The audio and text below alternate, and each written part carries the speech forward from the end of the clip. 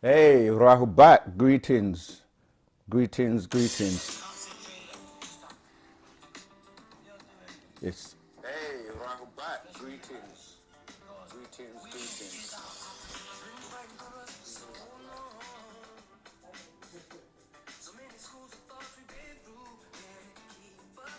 Welcome, welcome everyone joining. This is another episode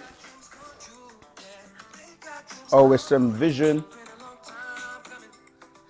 Wu-Sabat, Ask Us Anything.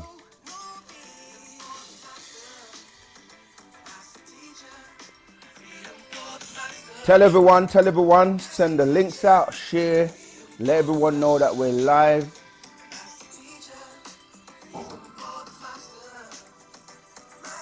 Welcome Dennis King, Rahubat.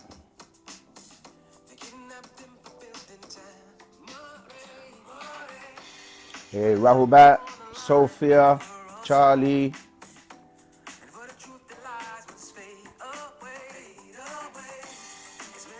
Time coming. Gotta be strong. It won't be long. Yeah, you have to really check out the lyrics to this song. Master teacher, freedom for the master. Rahubat, Jason, Mason, Kevin. Rahubat, everyone joining. D Brown, Virgin Island. J Renee. Rahubat.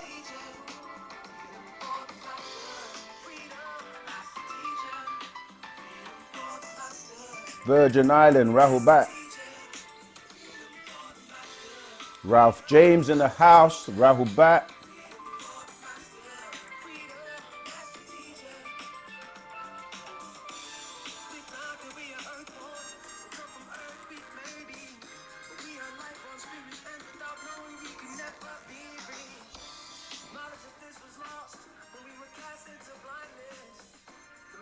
Greetings, greetings, Rahubat family. Rahubat Muesar. Rahubat Tumi from South Africa in the house, Rahubat.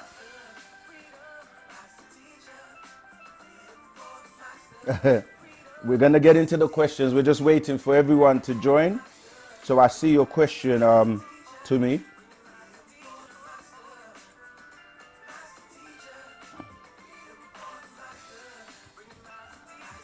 Hey, Rahubat, Anton.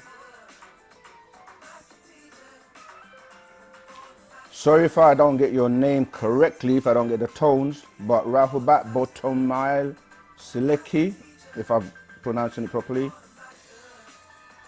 Felicia, I think, Rahubat. BB9, Rahubat.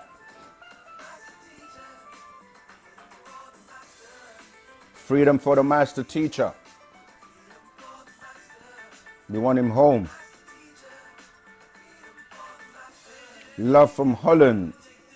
Oil, you have to tell me your name. I can't pronounce that one. Yep, let us know where you are right now, where you're chiming in from, what part of the world, what continent, Africa, America, Europe, Asia. Where are you logging in from?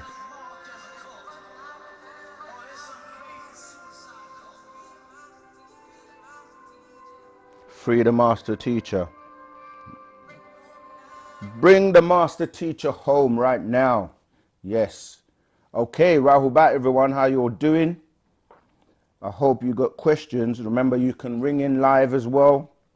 Rahubat. Oh, you're laughing at me trying to pronounce your name. You might have to, call in and let us know how your name is pronounced. Ayola. Oh, Eula. Eula. Okay, Rahubat Viv in the house. Charlie, Rahubat. Okay. Jay Renee, Rahubat from America.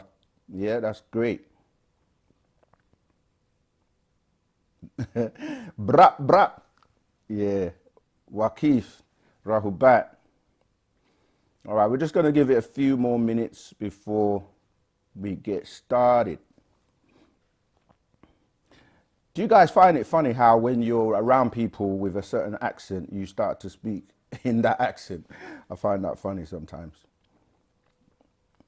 I actually did live in America for some time, so kind of got that little twang.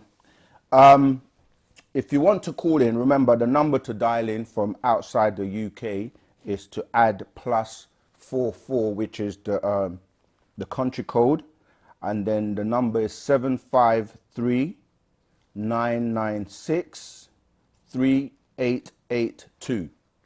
One more time, +44 753 996 3882. Rahubat, Supreme Being from Barbados. Barbados in the house. Yeah. All right. Okay. So, it's always a pleasure. You know, I'm honored to be able to come before you, you know, to share the good news of Wu-Sabat as given to us by the one and only Dr. Malachi Z. York, Pa Nabab Yanun, yeah, the Master Yanun, who is the Master Teacher, and we are student teachers of the Master Teacher, meaning that we're both a student and we share what we have been taught as a teacher at the same time. So we refer to that as each one teach one. And we're all aspiring, should be aspiring to be student teachers, because we all have to spread this knowledge of Wu-Sabat. We live in the era of truth, and the truth shall make you free. So we want to make as many people free as possible on the planet, worldwide. You know, so that's what Wu-Sabat is here to do. Wu-Sabat is about unity. It's about world peace. It's about coming together, uniting everyone under the banner of truth, because there's nothing as good as having truth in anything you want to do, right? And if you think about it, it's actually common sense, because when you don't have truth, it creates chaos. Example, if you were going somewhere and you had the zip code, and we say postcode here in the UK, and you tapped it into your sat nav, you'll know it will just take you there. You don't have to worry or, you know, panic or anything. But when you don't know where you're going, then you may go in the wrong direction, ask people, you know, do you know where this place is? And they might not know and send you in the wrong direction. You're stressing, especially if you had to be there on time at a particular time. And it brings a lot of stress and worry not knowing where you're going. And so to know gives you that confidence, you know, you're relaxed, you're not stressing out. So, excuse me, truth is something that everyone likes and needs. Nobody wants anyone to tell them lies, you know. When you're with someone, with a partner, a loved one, you don't want them to tell you lies, do you? You want the truth. So, yeah. Mashon Dixon from Chicago in the house. Well, welcome. We got Botswana in the house, Ateng, Dan, Rahubat. Okay, you know, I'm just kind of scanning some of the questions, and already I'm seeing people asking us questions that we've done whole videos on. So that tells me you haven't watched the video. You know, you should really try and go through all the videos that we've done. We've put out a lot of content, but we'll address it. But what I'm saying is you're going to get more information from watching the video. All right. Holland in the house. Rahubat, Ashok, Divine Love, Sophia, nice one. Rahubat. Yeah, we're all aspiring student teachers. All right. And remember, you should be in the Telegram group. If you're not, The only excuse is that you're new and this is your first time. So check the chat and join the Telegram group, because, you know, we share information there first. And it's one place where we can all come together, and everything that we're putting out is posted there first. And for those who were, you know, they got the new updates that we posted in the group. So you should be, you know, aware of the new information. And before we get into the questions, remember, Wu-Sabat is the umbrella to unite everyone. We got a call already? Gosh. All right, let me just finish this. Yeah, Wu-Sabat is the umbrella to unite everyone. Old-timers, newcomers, people from the Christian background. If you were a Muslim, a Jew, a Hebrew, whatever before, Wu-Sabat is the future. So come home, come and join us. Let's work together. All right, first caller, Rahubat. What's your name, where you calling from, and what's your question, please? Hey, can you hear me? Tua, I can. Okay. Hey, this is Jamel. I'm pretty much calling because I got a question for you. Sure. Let's say I'm going to school for Africana studies. What do you think would be more helpful or more impactful to the people? Especially, you know, trying to build up the community and stuff. Learning about my history and, you know, learning about the culture and gaining knowledge, or learning about finance and gaining knowledge about that. What do you think is best for people as a whole? Not just me, but as a whole. What do you think is best for a community to strive in? Should they focus more on the money side or focus more on the knowledge side? Okay.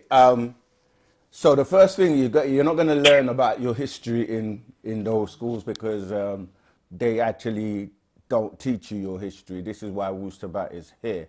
History means his story, and our story is a mystery. Like they say, my story is a mystery to them. And those words, you know, most people are familiar with that word now in terms of his story. And then you have pre-story, prehistoric. Prehistoric is before his story, which is my story, or they say it's a mystery because they don't know. So first of all, you have to, in terms of knowing who you are and the knowledge of self and kind, that's from Wu-Sabat. In terms of the second part of the question, it's always best to get skills that we don't have.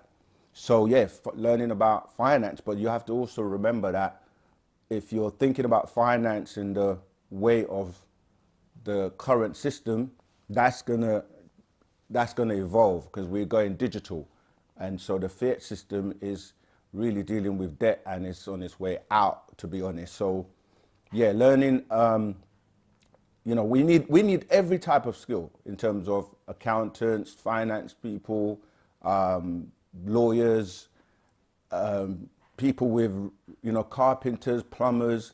Really, you need to get skills that's what in the past, traditionally people will become apprentices to work under their family business. And if, you know, if somebody was a farmer, then you kind of will automatically go in that vein and also become a farmer.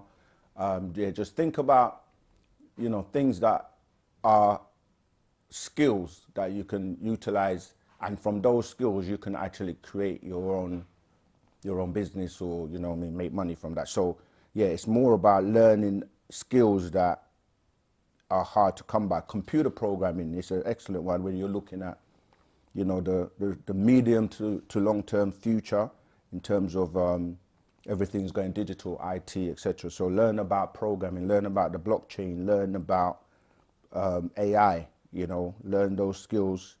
And of course, the fundamental skills like farming.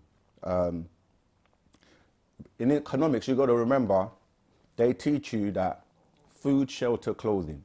That was the traditional way. But in the modern times, you've got to deal with not only food, shelter, clothing, but you've got to deal with communications, transportation, and yeah, those things are also needed, because those things you can't go wrong. You need food to eat to survive, somewhere to live, shelter, and things to protect you from the elements.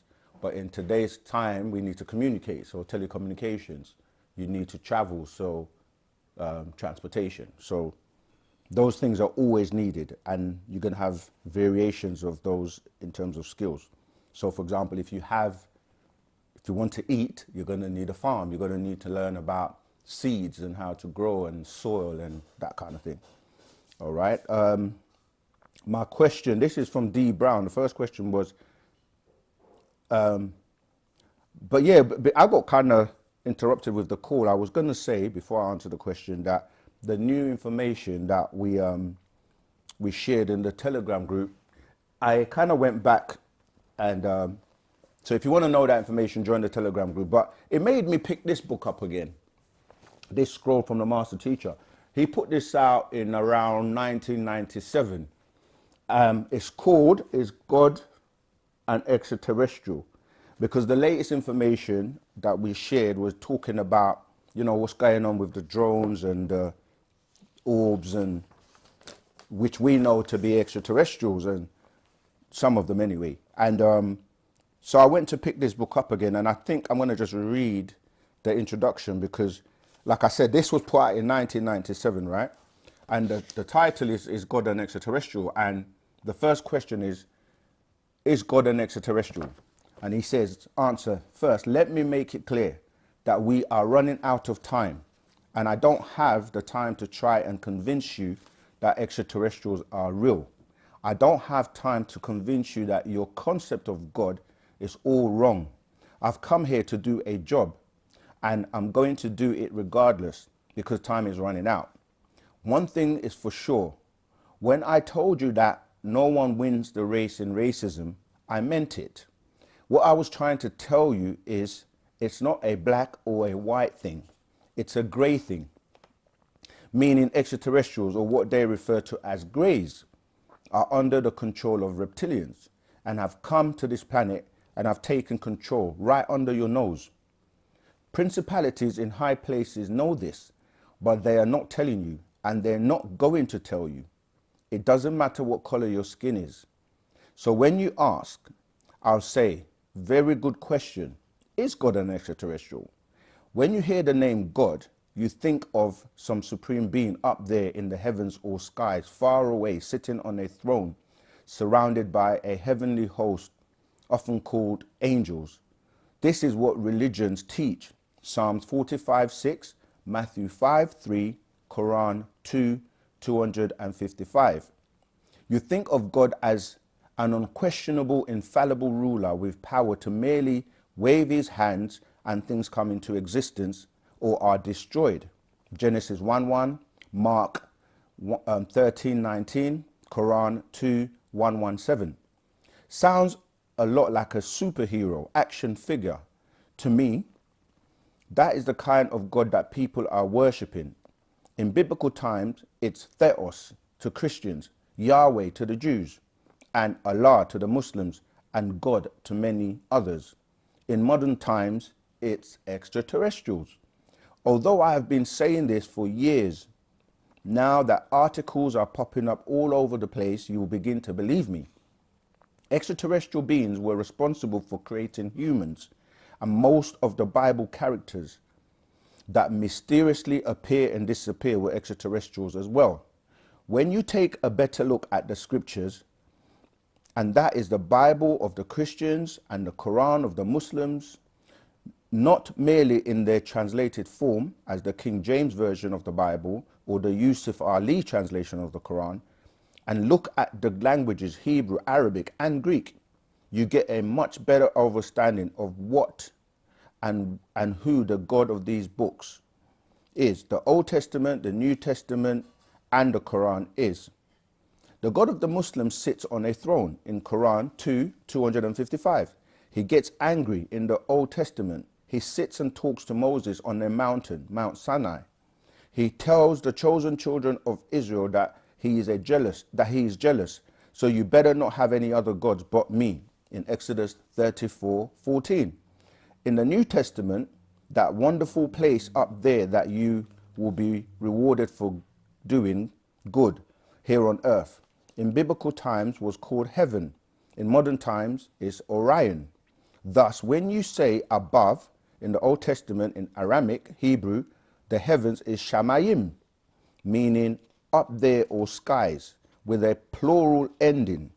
When you say the heavens in the New Testament, in the Greek, you get Oranos, meaning the heaven of the skies, or simply Orion skies. When you say heaven in the Ashuric Syriac Arabic of the Quran, you say Sama or Samawati. Again, you get clouds or up there. None of them can or do give you the exact place for heaven, except the Greek, the Orion constellation in Job 9:9, 38:31, and Amos 5:8. You think of God as a compassionate, all-loving father figure. In the Hebraic beliefs, he makes himself appear to those selected prophets like Noah and Abraham, and even Abraham's wife Sarah. He comes down from heaven, Genesis 11:5. Predicts physical events such as the birth of Isaac, Genesis 17:19. He sits, Psalms 47:8. He drinks, Genesis 18:3, 3 to 18. Sorry, Genesis 18:3 to 18 and 7. Genesis 18:3 to 18 and 7. He eats the flesh of cooked dead animals, Genesis 18:8. He told her he would return in 9 months, Genesis 18:14. He even drinks wine and eats flesh of the very creatures of who he has created. Not to mention, he even likes the smell of burning carcasses, disguised under the name sacrifice. He walks in the cool of the day, so he also has physical feelings or senses, Genesis 3:8. He talks, so he has a voice box, Deuteronomy 5:29. He even regrets, as in his image and after his likeness. He even regrets creating human beings, Genesis 6:5 to 6, which are supposedly in his image and after his likeness, Genesis 1:26 to 27. In some cases, he is even satisfied with his own creations. He changes his mind, as in the case of Abraham, when Abraham convinced Almighty God not to destroy the cities of Sodom and Gomorrah on behalf of one righteous person, Genesis 18:23 to 28.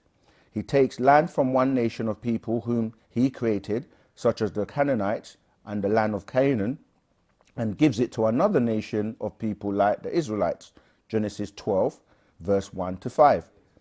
He parts the waters, as in the case of the Exodus, on behalf of one nation of people whom he created, and to the people of the same family, being the Egyptians, are merely descendants of Mithram, who was Ham's son, the son of Noah, and drowns them, Genesis 14.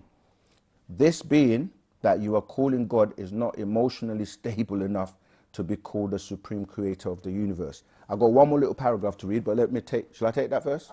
Okay, last little piece and then we're done, yeah?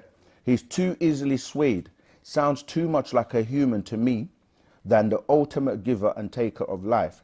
Whether the layman knows it or not, people are no longer going for the religious rhetoric that has been passed down to them from 6,000 years ago in the case of the Old Testament, 2,000 years ago in the case of the New Testament, and 1,400 years ago in the case of the Quran.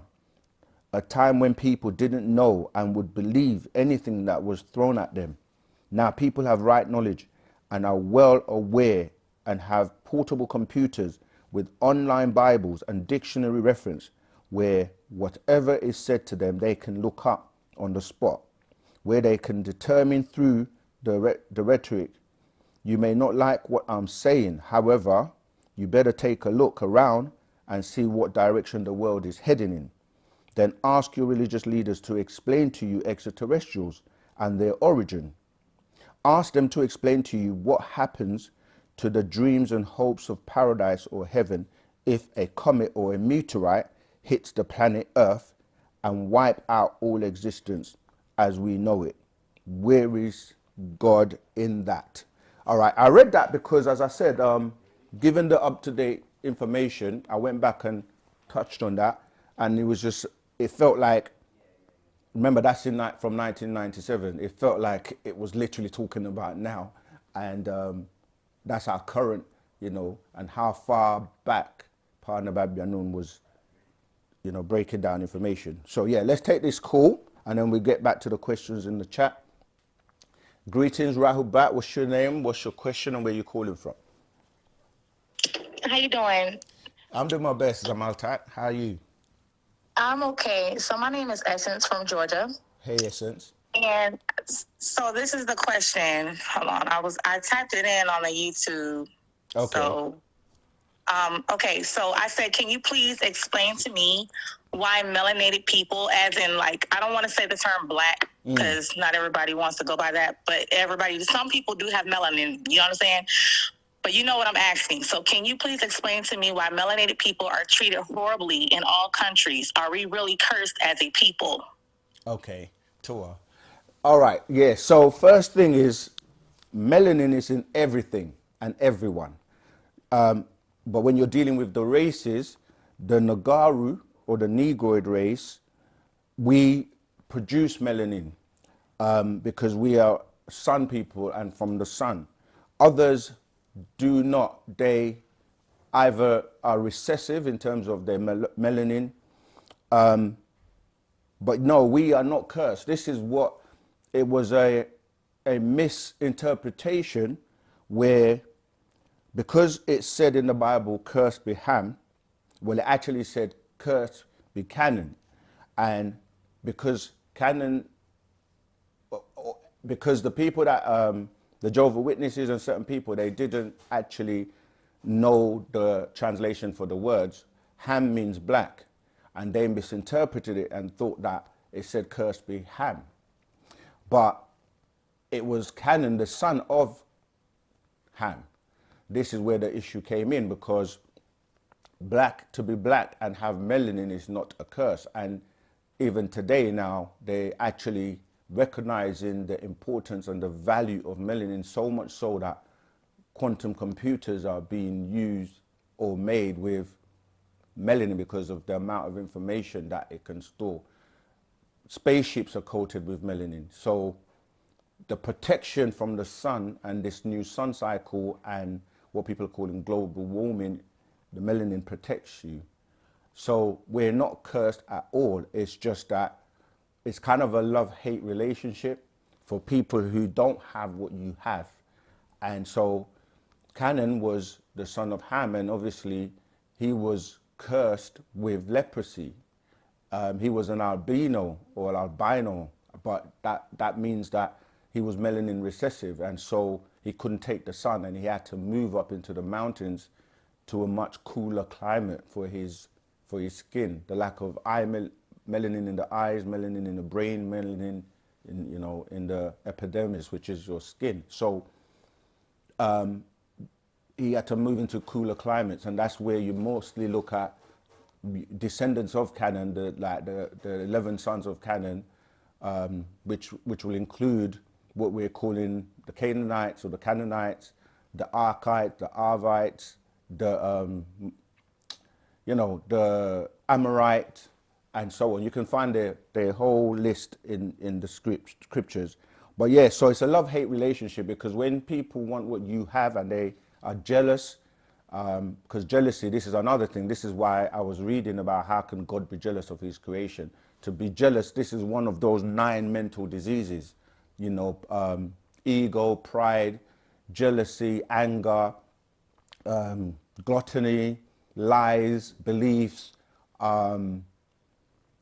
These are all 9 mental diseases that it affects people. And you can go on TikTok or any other social media now, and a lot of people are telling you how, we are loving, caring people. We don't go around the world causing chaos, creating wars and fighting and dropping bombs and destroying when you compare to other races.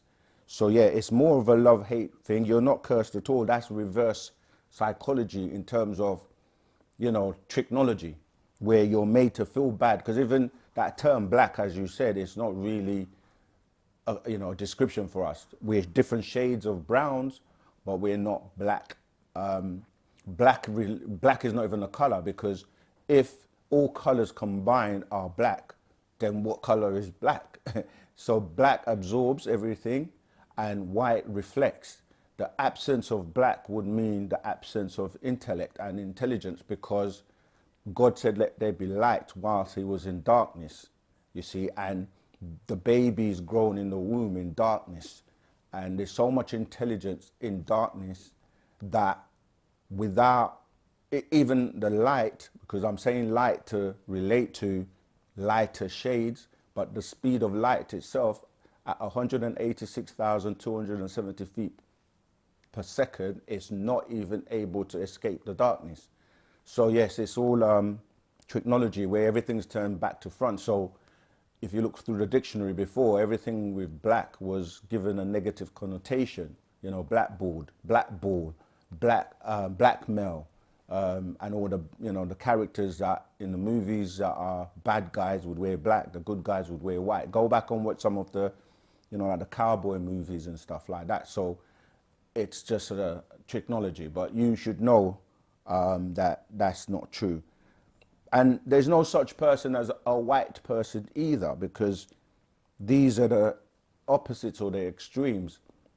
And no one is white, because if you look at this, they will tell you this is white and they will tell you that this is black, but you can clearly see my skin to this black is completely different. So black is dealing with the state of supreme balance before chaos, before the light is switched on.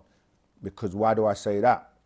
Everybody, when they want to get rest, they go to sleep and they want to turn the lights off, unless they've been taught to be afraid of the dark. Because a lot of people from childhood are taught to be afraid of the dark or the black, because of all these, like I said, these, you know, like everything is negative that's black and everything that's supposed to be good, you know, white wedding dresses, angel's fruitcake is, you know, chocolate, and the devil's cake.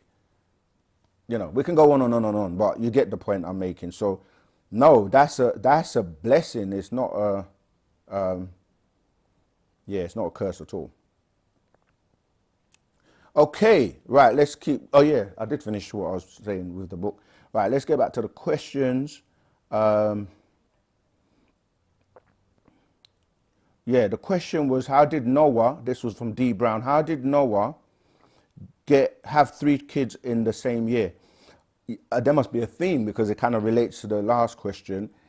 Yeah, that's what didn't make sense, because they were trying to explain the different races, and one of the silly explanations was that he had triplets, and the triplets were, you know, different races. And that's not the case, because that's not genetically possible.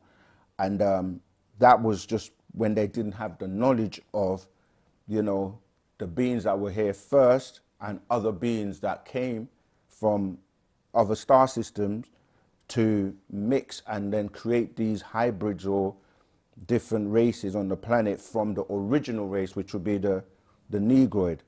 So scientifically, they classified the races as being Negroid, Mongoloid, and Caucasoid.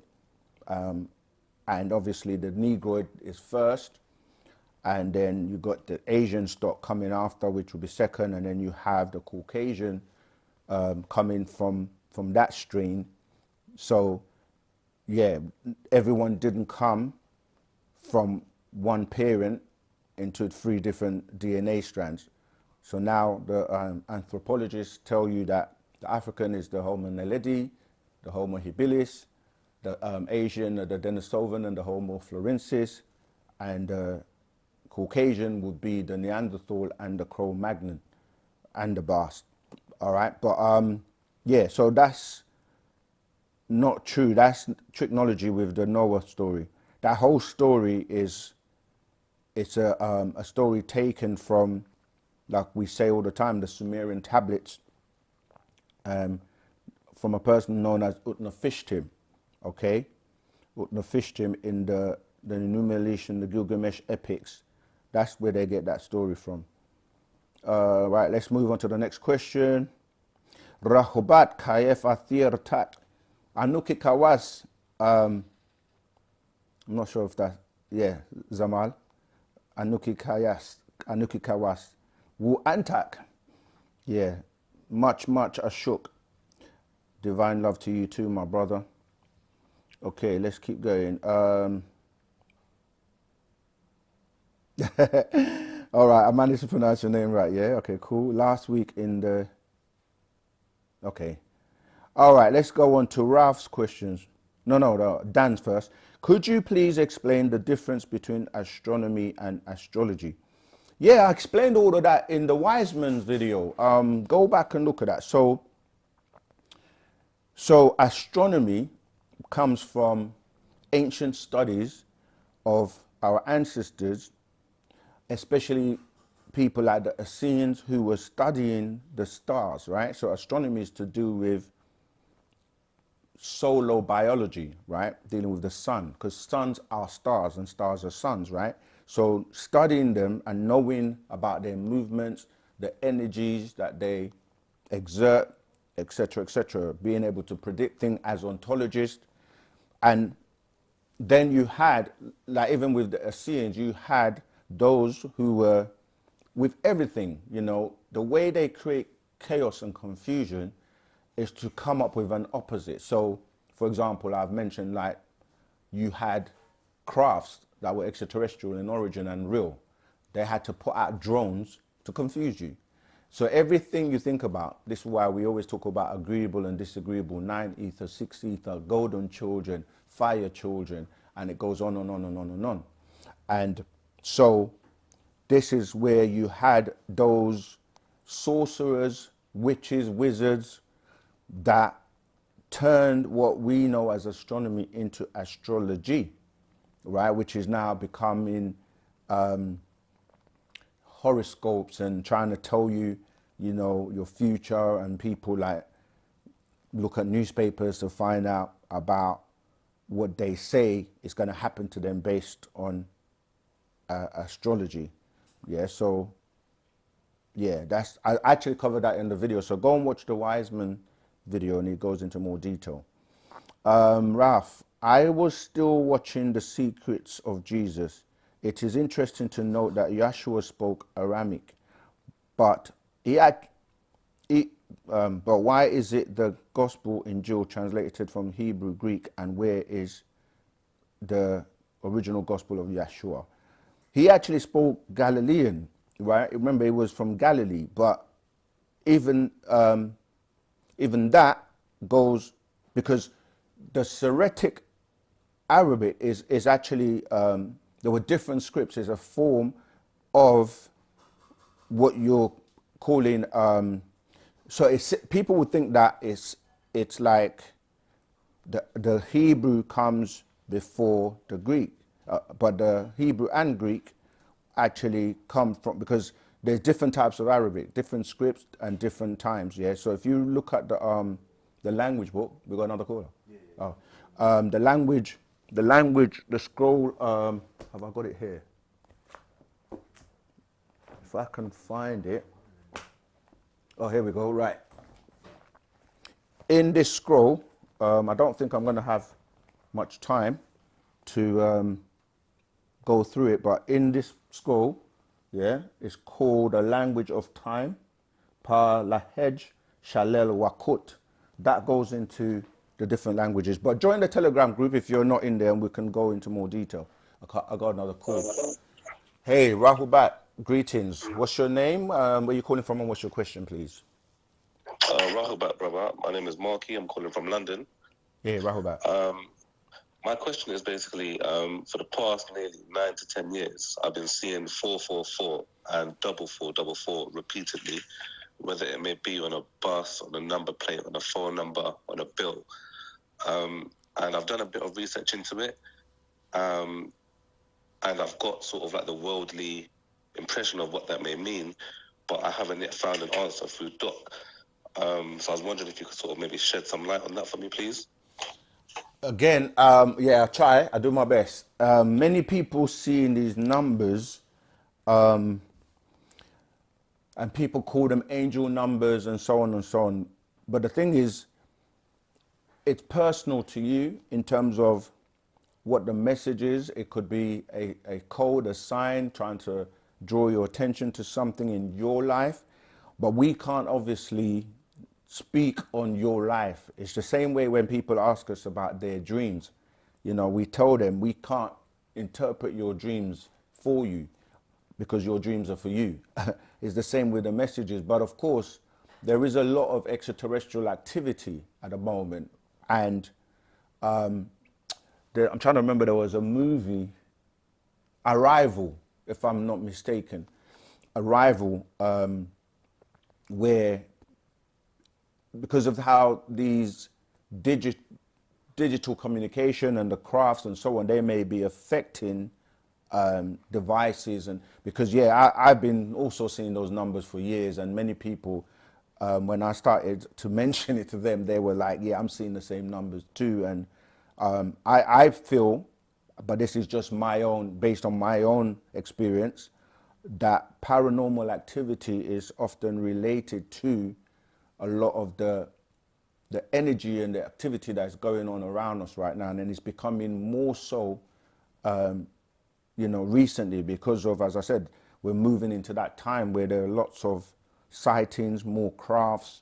But again, like I said, I'm not going to tell you exactly what that message means for you. You have to write them down when you see them and try and work it out for yourself. You may have an ancestor or someone else that's communicating to you from the, you know, the other world, because remember, we are at the lower vibration, where we're dealing with electric power. But as you go up, you know, you go all the way to like to gamma rays. So we're moving, a lot of analog things are moving digital. So if you remember, we used to have like analog records, vinyls, and now that moved to CDs. And then from CDs, it moved to downloads, which is just digital. I'm just using that as an example to shed that we are moving a lot more into the etheric world from the electric world, and maybe the dimensional shift and, you know, the activities that are going on with extraterrestrials are having an effect on that. But until we get clarity specifically on that from Parnabat Yanun, the master teacher, you know, we can only give you what we call 9 mind reasoning. Okay, next caller, please. What's your name, where you're calling from, and what's your question? Yeah, my name's Jermaine Preston. I'm calling from Manchester. You okay? Yeah, right about, Jermaine. How you doing? Well, but yeah, I've been watching you guys for quite a while. I'm kind of new to this, but I'm very interested in what you guys talk about. But what it is, my question is I've been watching videos on, you know, DMT. Have you heard of that? Yeah. Yeah, and I wanted to know, because I've been watching it and it seems like it's for healing, but then again, it's also scary at the same time in terms of what you see people doing and stuff like that, the reactions. But I wanted to know, my question is it a gateway to good or evil, or what would you, if you know what I mean, what would you think? What would you say? Yeah, we don't recommend that you take it or get involved with that, because you can do it naturally. A lot of people are in a haste to experience things or experience the, you know, the supernatural or the spiritual, and you can induce it by, you know, a lot of people like take drugs, magic mushrooms, DMT, ayahuasca. They do all kinds of stuff, and anything that is going to, if it's not natural, because you can, if you can do it naturally, you don't need anything to help you induce it. So yeah, we don't promote it or ask you to take anything like that. So, but like I said, you know, a lot of people want to experience things, and because what it does is your brain has a section where it deals with hallucinations, the hippocampus area of your brain, and this is where the barythry gland was removed from. For those who don't know what the barythry gland is, you know, you need to check out our videos on some of the scrolls. However, when humans were maimed, and lost their ability to use the full capacity of their brain. In fact, we shared some new information on that in the Telegram group yesterday. So now you don't have access to basically your higher powers or higher senses, known as telepathy, psychometry, intuition, and what did I miss out? Telepathy, psychometry, intuition, and clairvoyance. I always miss out one these days. Clairvoyance. I think I say it so much. Yeah, so when you take these things, they induce that area of your brain and you can have access randomly to those things. But as we're developing, as you're studying Wu-Sabat and turning yourself inside out and becoming more of a nine ether being, nine mind, nine reasoning, you're starting to get these abilities back. And for those who have able to raise their vibration and clean themselves inside out, they will have the opportunity. Obviously, the person who knows who is going to get it is Panabab, but have the opportunity to get your barythry gland reinserted in the submental area, which is there, which is sub-under, which deals with the mind, the mental, right? So, yeah, I'm basically saying you don't need to do anything unnatural or try and induce it with psychedelics, you know, weed, anything, all right? So keep it natural. You can do it without any of that. Okay, let's keep going. So remember to join, you can go on the chat and there's a Telegram link. Just hit that and join the Telegram group. Okay. Okay, is one more powerful than the other between mediation, I think that's meant to be meditation, or breath work? What should we be doing today at this moment to prepare for tomorrow? Breath, it works in conjunction. Both of them work hand in hand because breath is so important, but what we're breathing, even though we call it air, it's not as clean as it used to be, yeah? So, excuse me. So breath is really what's keeping you alive, because when you stop breathing, then you stop providing oxygen as a part of the burning process. When we say the burning process, what we're saying is that you have what people call a chakra called the solar plexus, which is a real life fire burning within you. So you take in oxygen and you give out carbon dioxide, and that tells you that it's a process of burning, because carbon is the residue after something is burnt, because the air we're breathing in has actually got nutrients.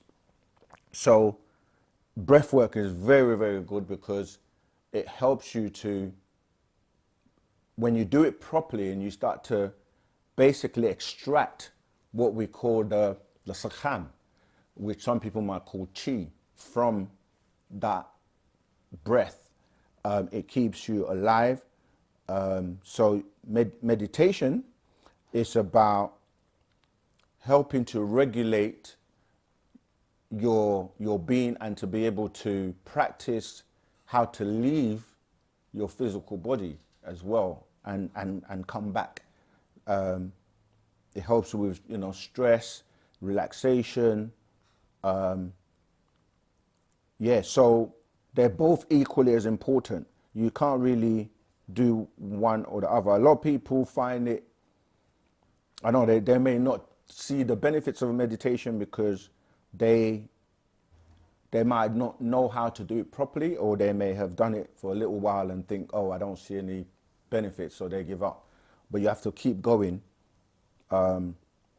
It's just like even with running, right? If you're a runner, because that's good to help you with breathing.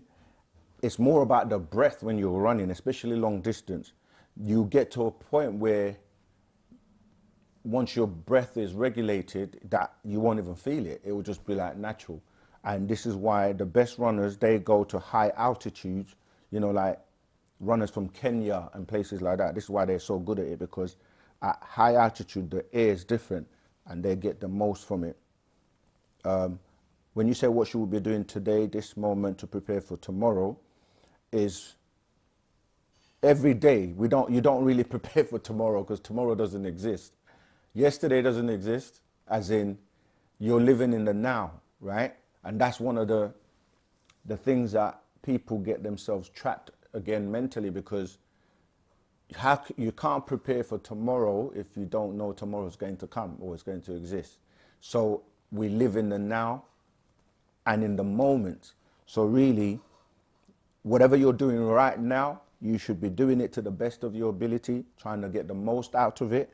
If you're having a conversation with someone, you have a great conversation. If you're having a meal, really take time, give thanks, and enjoy that meal. If you're watching a movie, whatever you're doing now, you have to have the attitude as if it will be your last time. So, you cherish it more, and you give gratitude because you're living in the now or in the moment. You have multiple thens, but you have then, you have now, and you have then. So then in the past, now, and then in the future. But every then becomes, or every now becomes a then, you see. So we have to be, really appreciative of the moment, every moment. When you're eating, you give grace and thanks after every spoonful, not just at the beginning of the meal. All right, so I hope that helped. Unite everyone to what? Unite everyone to peace. And when you are united, you can then focus your energy in doing things. Oh, sorry, that's from Miss Essence. You can focus the energy in producing and doing things that will be for the benefit of everyone. Let me give you a better example.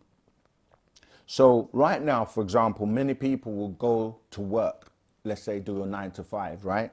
To get money and to pay bills, to basically just do the same things over and over and over and over again. Now, for a moment, just imagine if you didn't have to work. Everything you need was provided for you, as in food, shelter, clothing, whatever you need, right? What would you then do with your time? I'm sure most people will come up with many creative ways of how they could help humanity, how they could do something for the benefit of humanity. So this is where things like charities and NGOs and humanitarian projects come in. People that want to spend their life to help, say, children, to help the elderly, to make sure that nobody goes hungry, to make sure that there's clean water for everyone, to make sure that no one is on the street, providing shelter for everyone.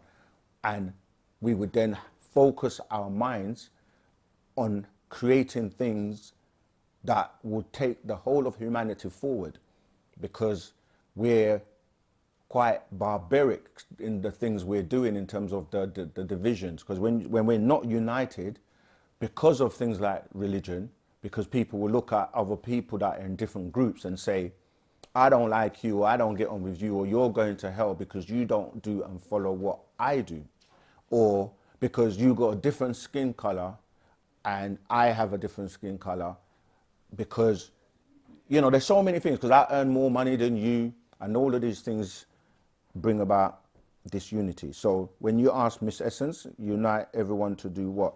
To make the world a better place, a peaceful place, so that we can focus on trying to become a part of the intergalactic community, because we are also behind in that regard. But let me take this call. Hey, Rahubat, greetings. What's your name? Where are you calling from? And what's the question? Rahubat. So can I prefer not to say my name? That's okay. That's okay. I'm calling from London. Yeah. Rahubat. Rahubat. Before I get into the question, I just wanted to say apologies, because my question, I know I could get the answers if I put the work in and with divine love and actually try to give back to Wu-Sabat, but honestly I don't, and I just had to apologize for that. And if this question's already been gone into depth from one of the previous... No, it's okay, it's fine, go ahead. First of all, I just want to say, because I can't help it, I'm a teacher, and when we say apology, we're just giving energy to Apollo. So a lot of the times people, the god Apollo is a Greek god, yeah? So people will say, I'm going to apologize and not realizing it's a game wordplay. So the best thing to say, and I'm not having a go at you, I'm just doing it for the benefit of everyone, is to just say, I'm sorry. And in our language, I will say, Anuki Nadum. Yeah, that's Anuki Nadum. perfect. You said that with the correct tones. Like, that's how easy Nuwaubic is to learn. But sorry, go ahead. Yeah. I just wanted to know exactly what happens if one decides to self-delete. Like what? Because I know when you travel into the next dimension, you're gonna see a white light, and you may see your body on a ground or on a chair, and you're levitating above. And I know energy doesn't die. But what exactly happens after that? Like, I know you go into another life and another form. I got you. But yeah, talk me through exactly what's going to happen or what would happen. Okay. There is no such thing as this is exactly what's going to happen, because everybody's experience is going to be different depending on. But number one, deleting yourself is one of the worst possible crimes you can actually commit, because you're here for a reason, and people tend to think when they get to that point of wanting to unalive or delete themselves, it's because they're facing certain trials and tribulations, or going through a hard time, or they're just fed up, or they're tired of this world, or they feel like they want to escape. But in doing that, you don't know that it's going to be better where you're going. And remember that the cycles are given to you to perfect yourself, because we never used to have to go through this cycle. And so the first thing is you come back, and you can come back and be in a worse predicament or in a worse situation or worse scenario than the one you think you're escaping from. Because what it is that you've come here you have a purpose to achieve. And if you prematurely unalive yourself or delete yourself, you know, you're kind of like affecting not just yourself, but everybody else, because it's kind of like you've thrown things off its natural course. And so the main thing is to figure out what is going on and learn how to overcome it, because that challenge is also part of your development and part of your journey to help you prepare. And you may not know that at the moment you're going through that, what you may perceive to be suffering or struggling or whatever. It's when you look backwards, you know, this is where you connect the dots looking backwards, because you can go through something now and later on you can be in a position you're like, if I didn't go through that, I wouldn't be where I am today, because everything has a connection to everything else. And so you might think it's kind of selfish as well, because you don't know how that will affect one of your family members or anybody around, you know, your family, because that is one of the gravest, you know, sins, if you want to use that word, you can commit, and you don't know what your punishment. But to go through in terms of what happens if you were to go the way you're supposed to go, it also depends on how spiritual you've grown, because this is a skin suit. Your physical body is a skin suit. Your real essence is the other parts of you, like your spiritual being, your soul, if you have one, your etheric being. These will determine where you go, and because it's almost like you're constantly growing and learning to become the highest being you can be, which is a supreme being of a pure soul, pure energy being, or a pure etheric being, which goes back to become a part of all. Pa'ot. Yeah, so I'm saying to you that we have the master teacher, Partner Babyanun, Dr. Malachi Z. York, has put out many scrolls dealing with this subject, especially one of the master secrets called The Spiritual You After the Physical You is Gone, right? Dies. So read that scroll carefully. There's another one called the 24 Elders, which talks about what you go through. There's so many scrolls covering this subject because he is a spiritual master as well as a physical master. So yeah, that's not something you should be really doing, because it's something that it could be. Do you want to, for example, come back and go through a worse situation than the one you're trying to escape from? The answer will be no. So yeah, but if you were doing it naturally, you move on to another realm, and then you exist in that realm, and you do the same thing where you graduate, and then you go into the next realm, and to the next realm, to the ninth realm. Okay, so this is where a lot of people who you see videos on YouTube with everyone now, like you put out a video, we will put out a video on Wu-Sabat, and then you'll hear other people put out videos saying completely different things to what we're saying. And there's even now, I'm hearing people like humans trying to create racism in terms of the beings that they're in contact with. You know, I heard someone saying, oh, it was the Pleiadians that built the pyramids. So now you can have, you know, extraterrestrials claiming that they did things that they didn't do. I don't really want to go into that subject, but the point I'm making is that, you know, Wu-Sabat will give you the correct information. Stay on it. It takes time. It's like, if it's new to you, you don't give up. Anything you start doing, you don't give up straight away. You have to, you know, you have to keep going. Don't give up when, you know, when you don't know what the journey ahead is. All right. Okay. Hey, Philadelphia in the house. 7 Merit, Rahubat. Okay, let's keep going. Where was I? Go ahead. You might have to read it out loud. Yeah. This guy says, what's your thoughts on disability? I have muscular, that one there. Okay. Should be at the bottom. Okay. What's my thoughts on disability? Yeah, but then he's expanded here. What's the name? Just Okay. What are your thoughts on disability? I have muscular dystrophy and use a wheelchair, but I've been told it's a curse. I'm black, by the way. I know in some cultures it's a good thing, but not in... No, of course it's not a curse.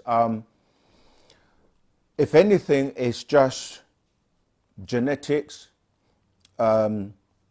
We actually break that down in, there's a scroll by the master teacher called, what is it?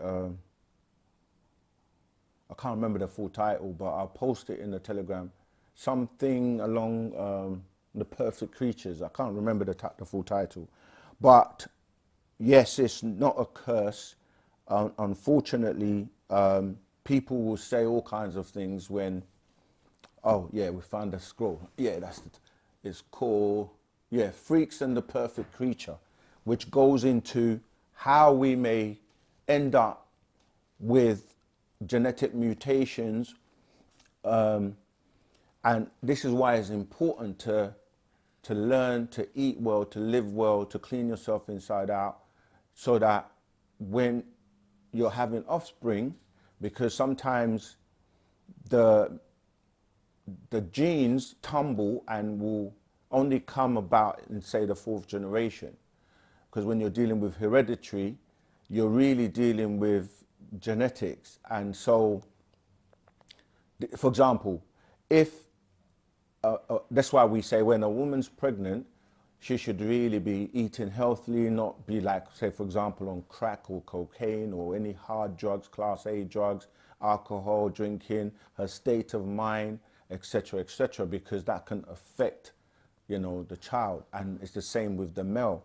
The male should not, because you're connected energetically, even though you're not physically carrying the child like the mother, you're still connected with the mother and the child. And so the state of mind or the things that you do will also affect the mother, which will in turn affect the child. And it may be no fault of your own, but because in the family line, in the bloodline, there are, you know what I mean? Like I said, it could be it won't, it could be something that was done 4 generations ago, right? So it can just like manifest itself later on.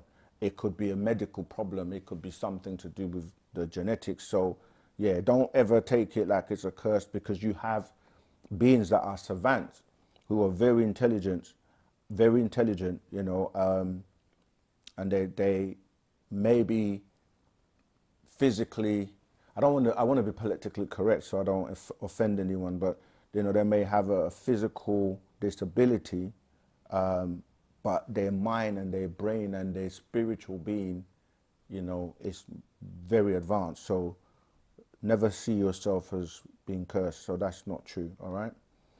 Okay. Let me go back to where I was.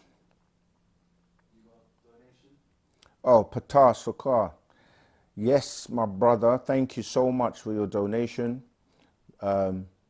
Almost always appreciated. Appreciate loved. Catching myself out. Yeah, we can't avoid it. English words, you know. We all have to learn Nuwaubic, Miss Batia. But no, much love, much ashuk for that. You didn't have a question, so yeah. Hashtag 9 ether beings. Hashtag. I'm not even saying the word. What is it called? Hashtag. That's it. Hashtag now we rise. Absolutely. Tawakum. Okay, let's keep going. Make sure you're hitting the like on all our videos. Make sure you're sharing our videos, and make sure that you're subscribing if you haven't already done so. I always feel, this is Tammy Harris. I always feel like I'm being watched, and it's not scary. It feels peaceful. Do the ancestors always stay close like that? Absolutely. What was that song? I always feel like somebody's watching me. No, yeah, you're right. Like, you do have guardians, you do have ancestors that walk with you and monitor you, and, you know, both agreeable and disagreeable. So if you feel that peace, then yeah, that's a good thing. They're looking out for you. So yeah, that's a good thing. And like you said, you're not scared of it, and it feels peaceful. Now, that's actually important, because most of us who are coming into this knowledge and learning about the fact that we have ancestors that are in different realms, different dimensions next to us and are around us and, you know, with us, most people have been taught to be afraid of these types of experiences, to speak to, you know, because they will say it's a ghost, doppy, and all these terms that you've been taught to be afraid. The thing about that is, when you're afraid, your adrenaline kicks in. These beings, they can pick up your energy and sense how you are reacting, and they will move away from you or run from you. They may be trying to make contact, but when you get afraid and that adrenaline kicks in, it sends a serum in your body that it's a vibration, it's an energy. It's like animals do it too, and plants. You know, animals will come to you if you're not afraid, if your energy and your vibration and your aura, you know, is something that they don't feel danger from. And the minute you're afraid, that's what you're doing. So sometimes your ancestors might be trying to contact you. And because of like ghost movies, and you've been taught to fear the unknown and to fear, you know, people that have crossed over, that fear kicks in. So you have to learn to overcome the fear, and then you'll be able to draw, you know, other entities and beings, especially if they're agreeable to you. All right. Okay, let's keep going. Good evening. Can you please explain to me why? Oh yeah, we covered that. Yeah, we covered that. That was Miss Essence. Great question. How can I become a part of Wu-Sabat? That's the most important question so far. First of all, you become a part of Wu-Sabat by you transforming yourself and starting to apply the knowledge that the master teacher, Partner Babianun, is teaching you. So by reading the scrolls, but of course joining a community and gathering, coming together and meeting people and talking to people and learning from people, exchanging. And of course, within the communities, there are many things that we are engaged in planning and doing that you can get involved with. Of course, if you don't have a store, a temple, a community near you in your local vicinity, you can join online. That's why we're saying to people, join the Telegram group. We have, people that will help you, kind of walk you through if you're new, and everyone is there to support and help each other.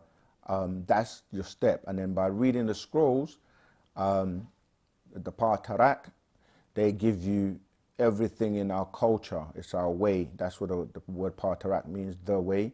And so it's a gradual process. And come in and be familiar. Don't be outside guessing and trying to work from the outside in. It's better to come in and work from the inside out, okay? So you can join our Telegram group, and then we can carry on with that conversation, because we have, admins that will help you with that. D. Brown, Mr. OSM, how can there be free will if you dream things that going to take place in the future? Prophecies that people saw in the Bible before it happened. I don't know if that was supposed to be how can there not be, but you said how can there be free will?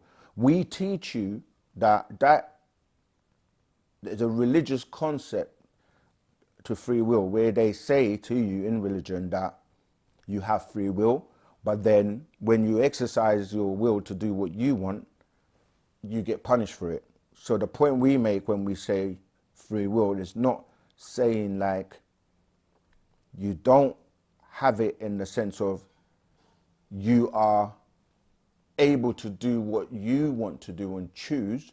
We say it like when they say it in the religious concept, it doesn't match up to what they're saying, because they're saying you have free will, but then you get punished if you don't choose what God wants, or Allah, or any deity that you follow. If he says that if you do stuff that he says you shouldn't do, you get punished, but then he's like giving you free will to do that. So you're right, we say that you have the ability to choose and do what you want to do, because we deal with fate, F-A-T-E, not faith, F-A-I-T-H. And when you're saying about things in the future and the past, that's because what you're referring to is actually time travel, yeah? And you can travel between dimensions where the rules of the physical 3D don't apply in those dimensions. Or you can recall things from the past, and you can travel, because time is not linear, as in the way they teach you, like you start here and you just move forward, and they try and tell you that there is a beginning and an end. We know that time is more, it's like time, matter and space, or space, matter and time, referred to as the SMAT circle. They work together, they're a union. They're inseparable. You can't have one without the other. And so it's more of a constant rotation or circle. Like, for example, the planet Earth is a craft. We're on a craft, and this craft travels, and it has an orbit, and it's just been traveling in that orbit since its inception. And many things have happened before. The same things repeat because it's cycles. Everything repeats, or it's a cycle. Nature is a cycle. You have first, which they ignore on the clock. They start with seconds, and then you go first, second, third, fourth, etc., or 1, 2, 3, 4. Then you have each one of those cycling. So seconds are cycling, 60 seconds to give you a minute. Then you have 60 minutes to give you 1 hour, and you just cycling, and you've been cycling the same time that is fictional, as in the clock goes around in cycles. Nature, you're born, you live, and you go back to the elements. The elements, as in dust, the soil uses that, and then you create oxygen from the trees, everything's a cycle. And you have many years, and you say this is a jubilee, this is a century, this is an equinox, this is an epoch. It's all cycles. I have another call, so let me take that and then maybe carry on. Greetings, Rahubat. Where are you calling from? What's your name and what's your question? It's Miss TBJ. How you doing? Doing my best. How you doing? I'm doing better. I want to kind of congratulate you on the Jesus. It's more almost like a documentary that you did, a mini documentary. I understood it more in depth with the three Jesuses and the following and the separation and the merging. But my question is, you just mentioned not too long ago about the spaceship that we're on. And last night when I was coming out of the store, I noticed something that was like, it wasn't a star by the moon, but it moved. And then I tried to take a picture of it, but it didn't come out too well. But I'm saying that in reference to, I watched another show about the obelisk. And at one time they shot, I think Russia and the United States both shot a rocket up, and they had a visual on it or something, and it showed where it imploded instead of it going straight up and exploding. Make sense? So that term that we're living in a fishbowl is kind of coming up to fruition, wouldn't you say? And why is it that in Antarctica they have all these flags and these restrictions where people cannot access, but so far it becomes a military thing? Okay, I got you. Yes, I mean, as I was saying before, right now there are more extraterrestrial activity than ever.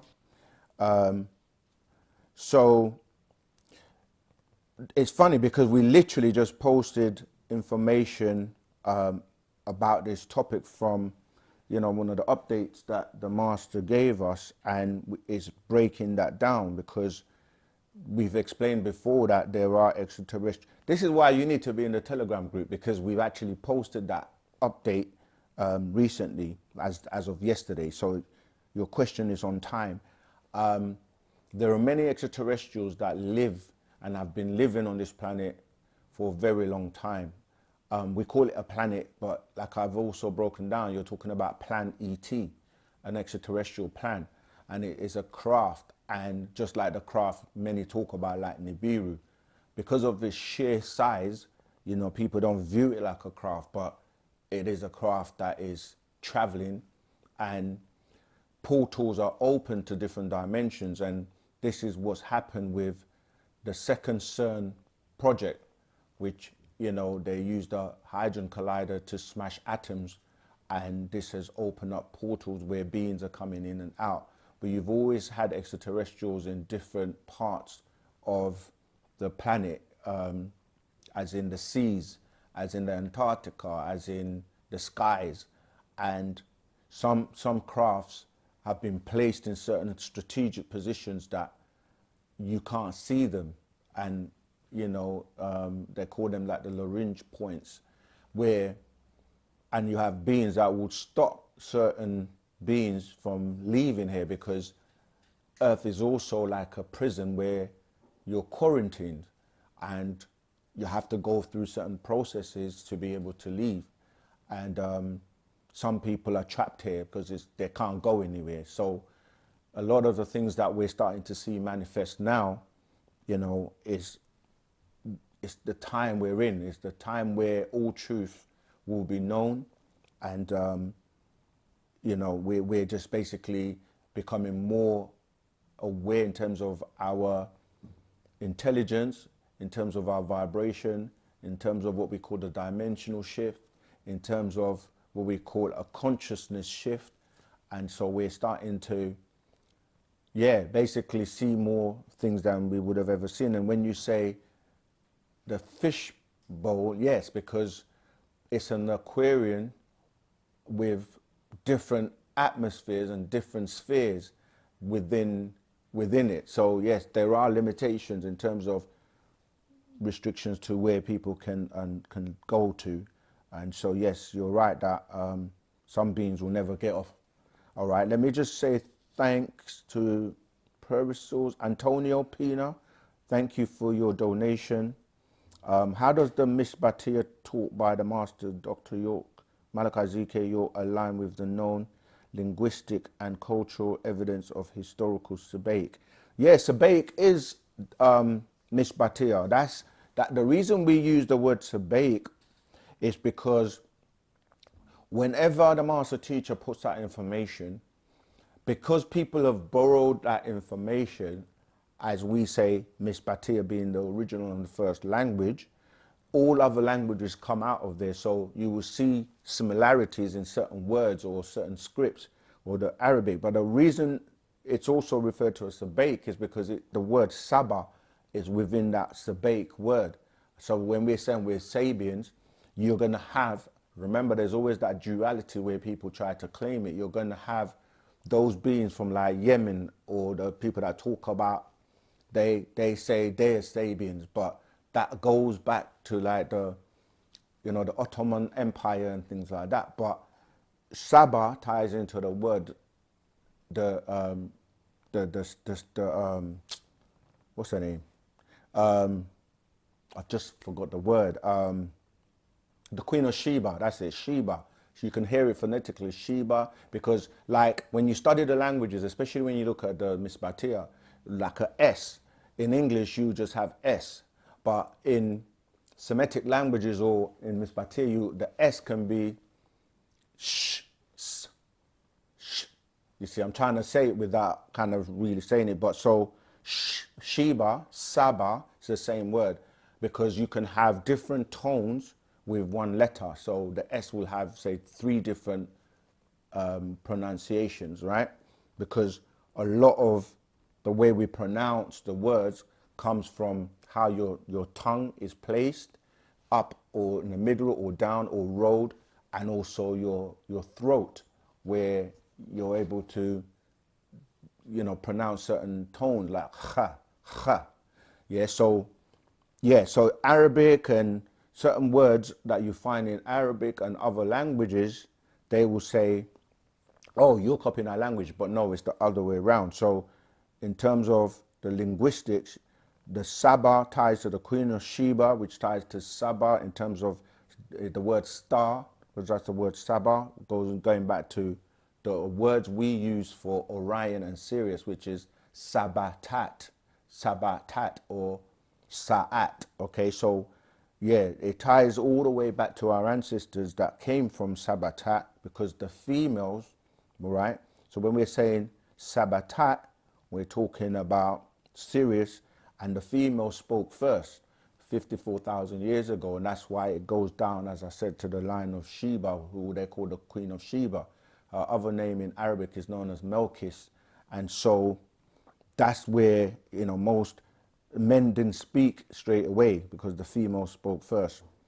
And it's actually there's a funny joke, but I won't say it because I might get basically there's a joke that says that's why women speak a lot more than men do. They they have longer conversations, but I didn't want to say the full joke. But yes, so yes, you're right that the master teacher is always, he's a linguist. He studied Arabic in the University of Khartoum. He's a master of languages, and when we say to people he can speak any language, and people have counted like 19 where they've watched him speak these different types of languages. But when you have the root language, you can see how all the other languages come from it, as in the branches. And so the only way you can count is whenever somebody's encountering him and they speak to him in their tongue, and then he just starts speaking with them. And over time, people have counted the different amounts of languages he's able to speak. This is why, being a linguist, the scrolls and the books that he's put out, you learn so many languages by reading. So he teaches you all the languages as you're reading, because when he's translating, say, a verse from, say, the Bible, he will give you, if it's the Greek, he will give you the Greek, he will give you the transliteration, and he will give you the English. If it's the Old Testament, he'll give you the Hebrew, he'll give you the King James Version, and he'll give you the transliteration as well as that, the English. So you're learning these languages as you go along by reading the books. And but when you learn Misbatia, you're learning the root, and therefore you can see how easily it connects to other languages. But that was a great question. Perisils, if I'm pronouncing your name properly. Tawuat for that question. All right, let's keep going. Remember, you can call in, because calling in, you get priority. And I'm trying to catch up, scrolling back. Okay, wow, we've got so many questions. Join the Telegram group, because we may not be able to get through all the questions today. Right, Roderick Thompson, you said Ashuk. How does the Utnapishtim story differ from Noah's? Yeah, that's what we're saying, that the Bible is plagiarized from these books, the Sumerian tablets. That's why it's the exact same story, but obviously with sensationalism and, you know, turning it into 6 ether and making it into something that it's not. And that's why we say to people that, and even the Utnapishtim story is a story, and it's talking about, just like, okay, imagine now, right, today we have tsunamis that take place in certain parts of the planet. And even like the fires that are going on right now in LA, right? Something will happen in a region where it gets flooded, and a story is written about that incident. And years later, that story is retold and retold and retold to the point where Chinese whispers get in. And then you get to the point where now that story becomes Noah taking 2 of every animal to put into an ark, and the whole planet was flooded, when that wasn't the case, you know. So yeah, it's just stories that took place in ancient times, and they were recorded in the Sumerian tablets, and that story gets pulled over, and today people are thinking it's the Noah story. Just like the crucifixion, so-called crucifixion story, which we've expounded on, as the last caller was saying, you will say that's new, but go and read Psalms 22, yeah, and you'll see that that story relating to David is the exact same story that's been copied into the New Testament. And that's even funny. How would you have a New Testament or a renewed testament, and then there's this division between the Old Testament and the New Testament, and people trying to get everybody to just believe a 2,000-year-old story and say that this is how you should live today? And then you have Christians looking at Jews as being separate, yet they call Jesus the King of the Jews, so they say, when he was on the so-called cross. But watch our last video on which Jesus, that goes into detail, all right? Right, we've got so many questions. I'm going to go through them quickly now. Cover that one. I am black but comely, O ye daughters of Jerusalem. Yeah, it's funny, I was just talking about, yeah. The funny thing is this racism, that's why the master said in the introduction I read on that. If you haven't got that book already, it's so like current, but this was written in 1997, Is God an Extraterrestrial? He says even then, no one wins the race in racism, because when you start to look at, and they're admitting it now, most of the, you know, the videos on YouTube now are all talking about Black Jesus, and but then you get the confusion and the chaos that comes in, because even the people that are promoting the Black Jesus, they show images with a dark-skinned person with long straight hair, and you know, it's like, and then some will say, oh, because, you know, he was caramel, you know, he wasn't. They don't want to admit or accept that he was black, but yeah, you go to the description in the Bible, he's talking about his hair's like lamb's wool, his feet are like burnt brass, his voice is, you know, harsh like the voice of many waters, his eyes are red, and you start to look at the traits on the planet of who has that. Most of the characters in your so-called Bible are actually black, so it's not about the color, and it's not about racism, and it's not about, like he said, it's not a black or a white thing, it's a gray thing when you're dealing with the grays and extraterrestrials that, you know what I mean, are the one in control of the planet anyway. So, But yeah, I'm just reading the quote that talks about Solomon, because Solomon, if you break down the words, yeah, it's all about people from ancient Egypt, really. That's why everything ties back to Egypt.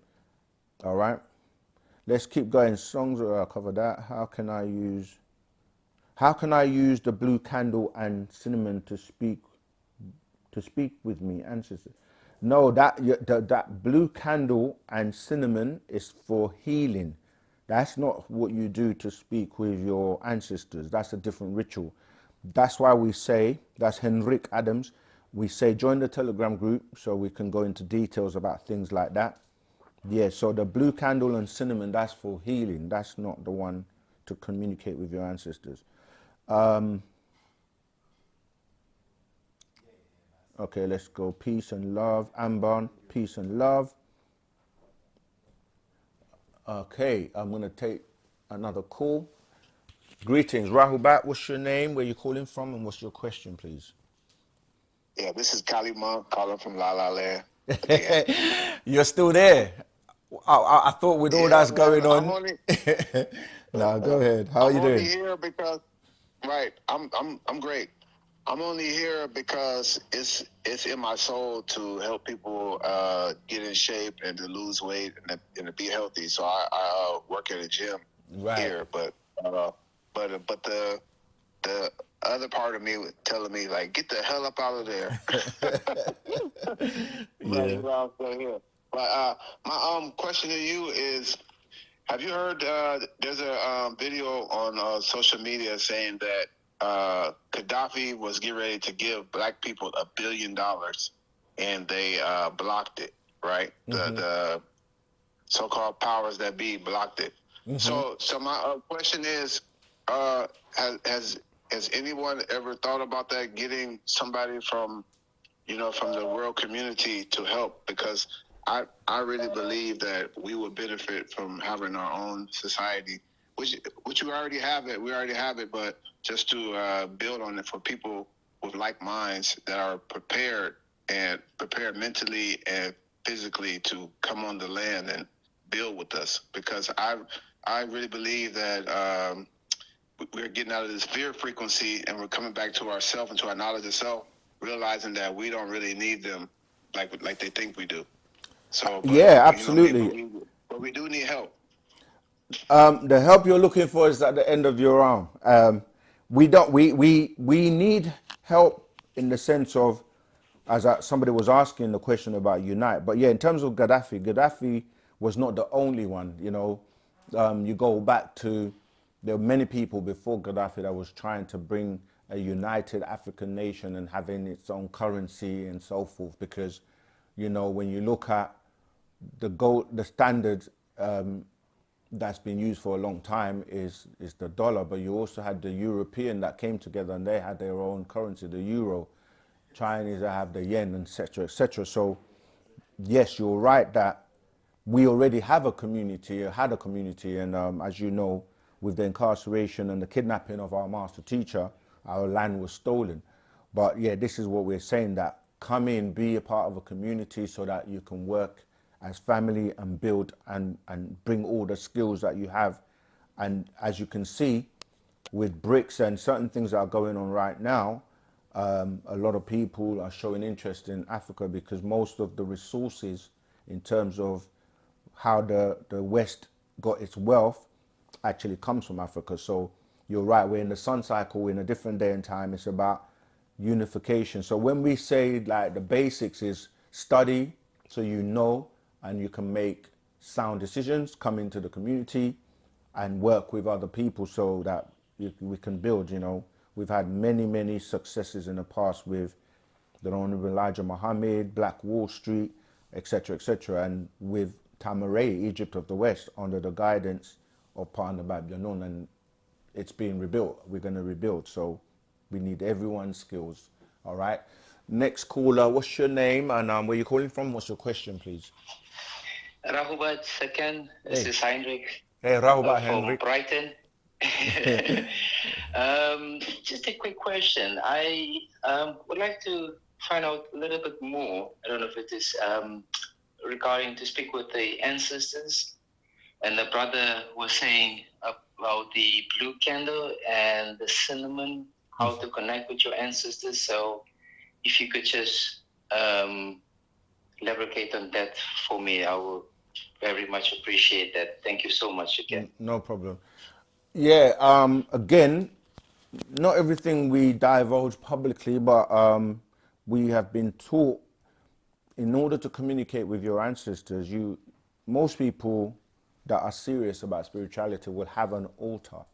And within that altar, we don't do any form of sacrifices, nothing to do with blood or people's hair or any of that. You literally have an altar, and it's organized in a particular way, and you're able to, when you're ready, communicate with the person that you would like to communicate with in your family.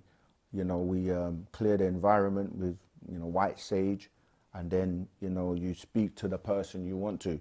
But as I said, if you want to get the fuller details and, join our group or ask in the Telegram groups or ask in the family meetings or the family gatherings in the community, okay? So we go into, there are many rituals and things that we do, but our rituals are nothing to do with, any form of, as I said before, blood or sacrifice or hair or take money or taking anything from anybody to then pay for any type of ritual. We don't do all of that. So Wu-Sabat is very practical, okay?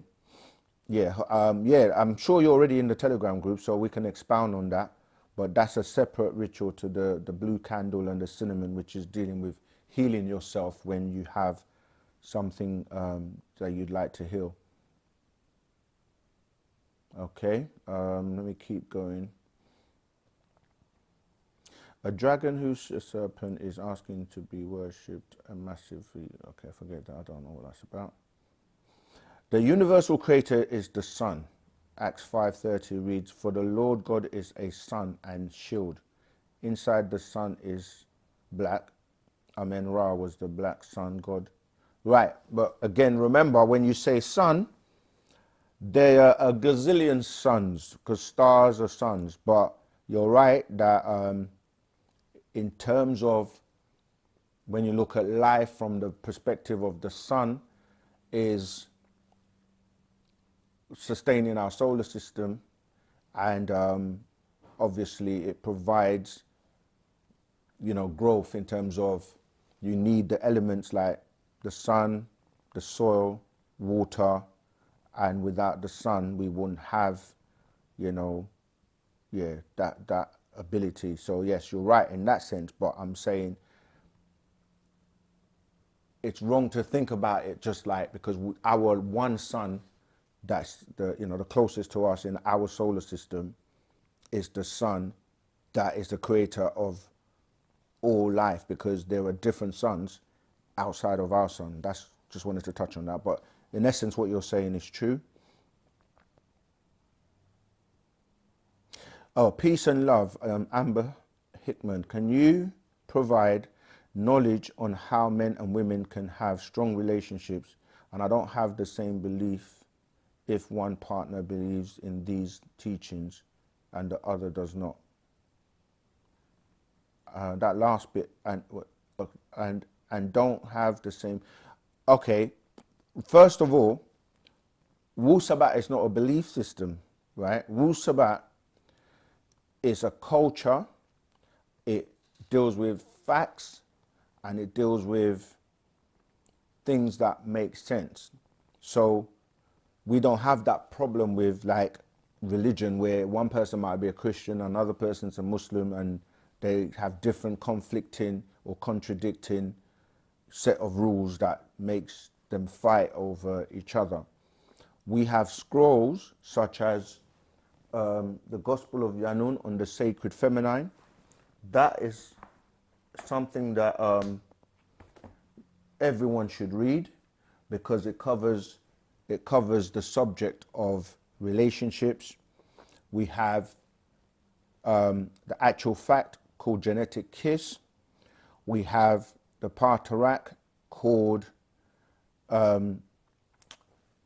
sexual violations of wu-nuwapu, something like that. Again, we'll post the exact links that govern everything to do with relationships in terms of how you should behave, act, how you should get into it, how you should live, and how you should carry on and behave in it. So the first thing is to read those scrolls. And if you don't have beliefs, if you both deal with facts, that's one of the most successful way to keep a relationship, because a fact is a fact. It's not about I believe this, and the other person says, but I believe this. You eradicate those conflicts and confusion that belief breeds. Ignorance, that's what belief is. It really breeds ignorance, because somebody can believe something and be 100% wrong and then have conflicts with somebody else. And we have another part of that called the argument that you should read, because why would you argue with somebody about something that they don't know about? You see, so when you present the facts are the facts. Like, for example, let me give you an example.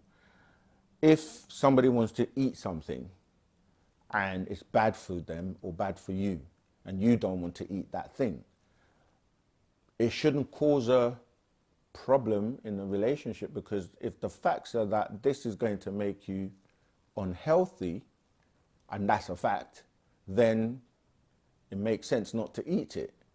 If one doesn't want to eat it and one does, then the one that doesn't want to eat it, don't eat it. And the one that does, they will do. But the thing is that if they do get sick, or unhealthy because of it, it's their own doing. So, yeah, men and women on the Wu-Sabat, under the facts, on the truths, read the scrolls I mentioned, and work together in harmony, yeah? Because, yeah, the belief is the problem. Because belief is based on, anyone can have a belief. And some people can be dominating or domineering in terms of, okay, because I believe this, you must believe me and follow me and do what I say. And that's not how life should be. All right, let's keep going. Oh, somebody was answering that question anyway in the chat. But that's funny as well, because in the Quran, it says that a Muslim should not have Christian friends and or be with Christians, but it's kind of contradictory, because why do you need a book to govern what you do in your life? Because you can shouldn't be falling in love, but you can, be in love with someone, and then you're telling me that because a book that it's not even accurate tells you that you can't be with that person, you're not going to be with that person. How can I start from the very beginning with Wu-Sabat? The beginning is where you start. There is no very beginning, because Wu-Sabat is alive and it deals with now. It deals with the moment now. So if you want to read a scroll now, get a scroll now and start reading it and start applying it. The master answered that question that was put to him before, where someone was saying that, I feel like I've missed so much and I've just come in now. I feel like I have to read all those books and catch up. And he said, it doesn't matter if you're here 2 minutes or if you've been here for 30 years. This is what he came to give us, the hereafter doctrine. And if you're studying that now, you're right on time. I've got another course, so I'm going to take that. You got this call and then you got a donation. I saw that, yeah, told that. Hey, Rahubat, what's your name, where you're calling from, and what's your question, please? My name is Bryce Bennett. I'm calling from San Francisco Bay Area, California. Hey, Rahubat. Yes, sir, Robot. I was calling about a question regarding Amun-Ra. In the Bay Area, California, there's an Egyptian museum. Mm-hmm. So with a lot of esoteric Rosicrucian information. And it seems like they know that all that Egyptian stuff is real, even the folks that aren't the black race. I've had encounters with Amun-Ra, and I was wondering you all's opinion on Amun-Ra, as Billy Carson talks bad about Amun-Ra in comparison to how he praises Thoth. But I feel like they're both of divine intelligence that's, almost at a, they're already ascended, and I feel like they're closer in their connection beyond what we are. And for Billy Carson to favor one instead of the other, I feel like those are our ancestors and divine beings that we should both give light to. I just wonder you all's opinion on that as well. Tua, thank you. Yes, sir. Yes, so that's the thing when you say Amun Ra, you have to remember that at the end of all prayers in the religious world, whether it's Islam, they say Ameen. Obviously, Christianity, they say Amen. In the Judaism, they say Omein. That is all relating to Amun, and Amun is one of our ancestors. And although, I remember I did a video about commenting on what Bill Carson was saying. That was misinformation to a certain degree. It was misinformation, and what we're saying is that if you study, go back and watch, and you mentioned Tahuti as well. We've already done a video on who Tahuti is. And when you're saying Amun, this is the same being that reincarnates from time to time. And when Parnabab Yanun came on the scene, before he started to give us what we wanted, he was teaching us about our ancestors and about wu-nuwapu at the time, which is Wu-Sabat.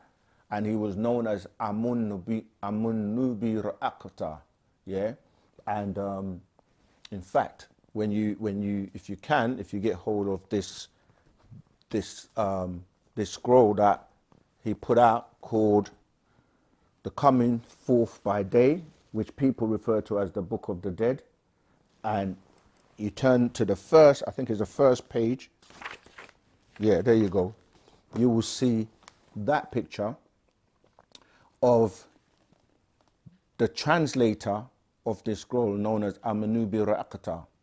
And when you break the word Amun, which means the hidden one or the faithful one, because the translation is the faithful informer soul of the Pata'ite, Amanu Reak Pata.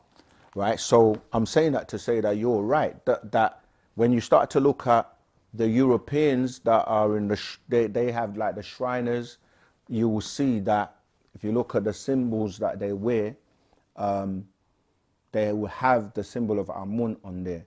But yeah, Amun is a deity, is one of our ancestors, and if he wasn't that important, why does everybody uses his name at the end of their prayers? So you're right. There's nothing wrong with that. Peace to all. My question is, can anyone make it to the higher realm or be accepted by the overseers?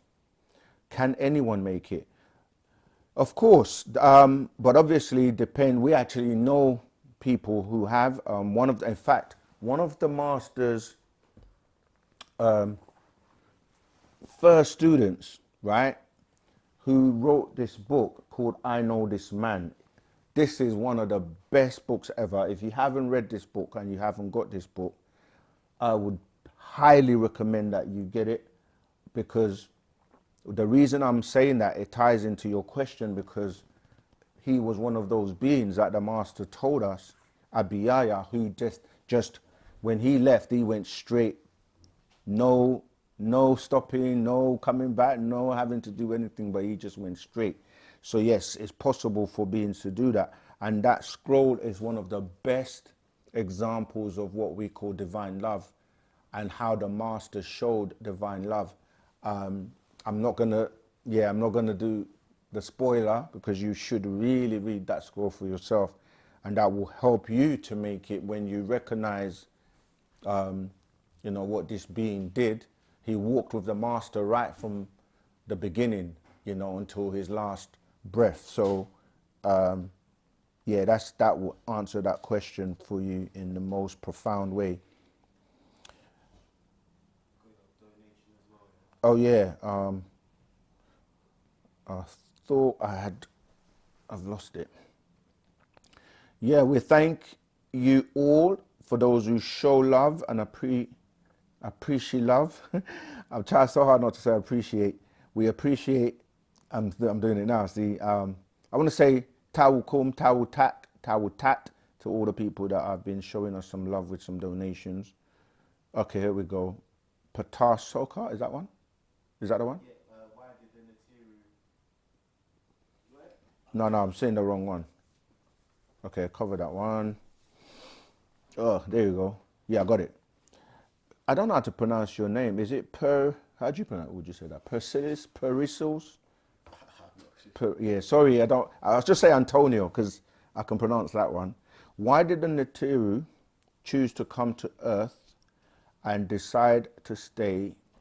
And what purpose does their presence serve our growth?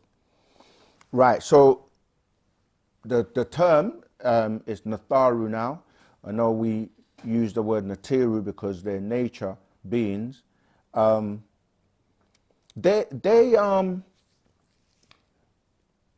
the creators of, I know this might sound crazy to some people, but they're like the creators of what we call planets, solar systems, galaxies. They solve problems, universe, and their job is to keep order. And it's like if you were to be a scientist, and I'm trying to think of a good example, but basically they are nature beings, so they are part of nature. They grew with nature, and they continue to keep nature in check and what it's supposed to be. But then you have disagreeable entities that do the opposite. So let me just read the question again. Why did the Nataru us choose to come to Earth? Because we're actually everywhere, and Earth is also a school, a learning ground, somewhere where you it's like if you have a child, it's kind of like, I think this is a good example to try and explain it. It's like if you ask the question, why do you have children, or why did you have a child? Because there are many ways and many reasons how children come to be. But if you did it properly by way of nature, you will be bringing an entity or a being into this world to solve problems and to basically become a supreme being. And to do that, they will have to be taught properly and know from the get-go, from the jump, what they are supposed to do, what would they eat, how they live, what they listen to, what they're subjected to. So, and then they grow up, if they have been given the right outlook in life, they become, a valuable member of society, and then they do great things, and they learn and they elevate and they move on. It's like that. It's a growth process. So I really hope that helped. Miss TBJ, thanks for the donation. You're showing us love. We're grateful. Gratitude. All right. Okay, let me see. I have to go back because in Egypt, Amun and Ra fused into one, and I think Amun was an individual that came into fusion with its extraterrestrial DNA based on our contact. No, what it is, Ra is really pronounced Reye, which became, as you say, Ra or Ray or Roy, which is dealing with the sun, right? Reye, the rays of the sun. But Amun was a part of the order of Re, because when you look at ancient Egypt teachings, when you see the three motions of the sun, where you have Atum Re, Atun Re, and Amun Re, which means the hidden one, and then you will have the Anun Re, which is the darkness, and then coming back from Nun to Amun, which would be to Atum, which is the people will look at that and interpret as being the sun rising, and then Atun Re being the zenith or the middle, and then when it starts to go down, as they explain it, we know the sun doesn't really move or go down. And these three beings, Atum, Atun, and Amun, were a triad that belonged to that order of Re. And Re is the best personification or the energy that we're viewing as the sun, which is hydrogen and helium constantly converting. That energy is the best or the closest to a manifestation of the being that we're seeing visibly in the physical world. So that's why you get the Amun Ra, because he was a part of the order of Ra or Re or Reye. Okay, so that's tying into what you're saying, B. Okay, I think we have another caller. So yes, if you could say your name, where you're calling from, and then ask your question, please. Yes, my name is Dorinda. I'm from California, and I just want to say thank you so much for all that you do. And I'm having a little confusion with the Hebrew Israelites. There's some, there's some talking to my family, and so I'm just wondering, were the Hebrew Israelites created later, or were they part of the original creation, the original man? So you broke up just at the last part. I just missed that last part. Were they part Sorry. of? No. Oh, you're breaking up. Okay. I heard the question. First of all, yeah. Thanks for your kind words, and we're just doing our best, and we'll keep on doing. We want to do this 24 hours a day if we can. But yeah, the Hebrew Israelites, unfortunately, it's dealing with religion, and we're saying come away from religion. And when you're saying Hebrew, that just kind of ties back into Abraham, the Abrahamic religions, because Abraham was the first person that was called a Hebrew from the word Ibri, which means to cross over. And we have books actually called 360 Questions to Ask the Hebrew Israelites and 360 Questions to Ask the Israeli Church that Pandabab Yanun put out many years ago to show them that, you know, religion is not really our way. And it depends on which sect we're talking about as well, because the original of all religions is, the original comes from Wu-Sabat, but it's been watered down because we never really had religion. We had animism, which was us recognizing who we were as products of nature, and we didn't worship anybody. We just knew and respected, you know, nature. So when we're saying Hebrew, Israelite, Israeli Church, or any other denominations of religion, that is sixth ether, that is Abrahamic religions, and that's designed really to divide. Now, of course, people are going to start off somewhere. Like you might start off in Christianity, Islam, you know, Hebrew, Israelite, whatever. But if you really want to elevate and know the truth, then you have to graduate onto Wu-Sabat.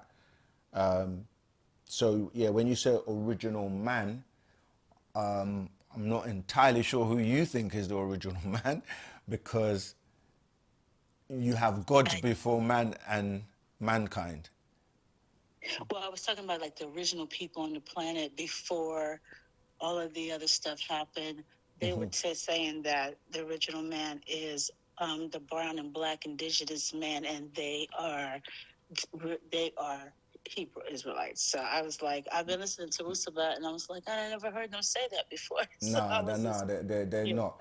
But the thing is, if you go into religion, yes, originals is gonna be the black man anyway, regardless. But what we're saying is, when you use the term black man, that can be confusing because you have the East Indian that is considered black, and we're not really black. We're brown, if anything, but we go beyond people, places, and things to, you know, the Nataru, who are our ancestors that come from beyond the stars in, you know, Orion and Sirius. So Are you in our Telegram group, Dorinda? Yes, I am. Yes, I am. Okay, cool. And Because I do have just one more question. sure, go ahead. When it comes to the altar, do you make I mean, not sacrifices, offerings like fruit or whatever food? No, I mean, you can not that you have to, but nothing of a sinister nature. Nothing like, as I was saying, to do with killings or like blood or anything like that. But yes, in terms of you can, but more like you say, veg and fruit and things like that if you want. Yeah, but you don't need to. Yeah. I don't need to. Okay, but I was always confused as to do I discard the food or eat the food after the You can eat it. offering? Oh, okay. Yeah, All yeah. right. Well, thank Because they're not eating the physical fruit or whatever you put. Right. So it's more of a, a gesture and an energy, libation, as some people, would pour. But yeah, but we don't really do anything that, because people start to then take it to different extremes when you say, you say that. So people start doing things that we don't do. So we're just mindful. But if you're in the Telegram group, we'll send you the exact kind of like process and list in terms of what rituals we have and what you should do. Okay, thank you. You're most welcome. All right, bye-bye. Bye. Wadi. Okay, wow, 9 o'clock already. So if you haven't got your questions in, we've got like 29 minutes. Okay, I'm sure I saw something else come in. I remember reading, thought ship was under the Great Pyramid or Sphinx and can be activated at the right time. What is the goal with that?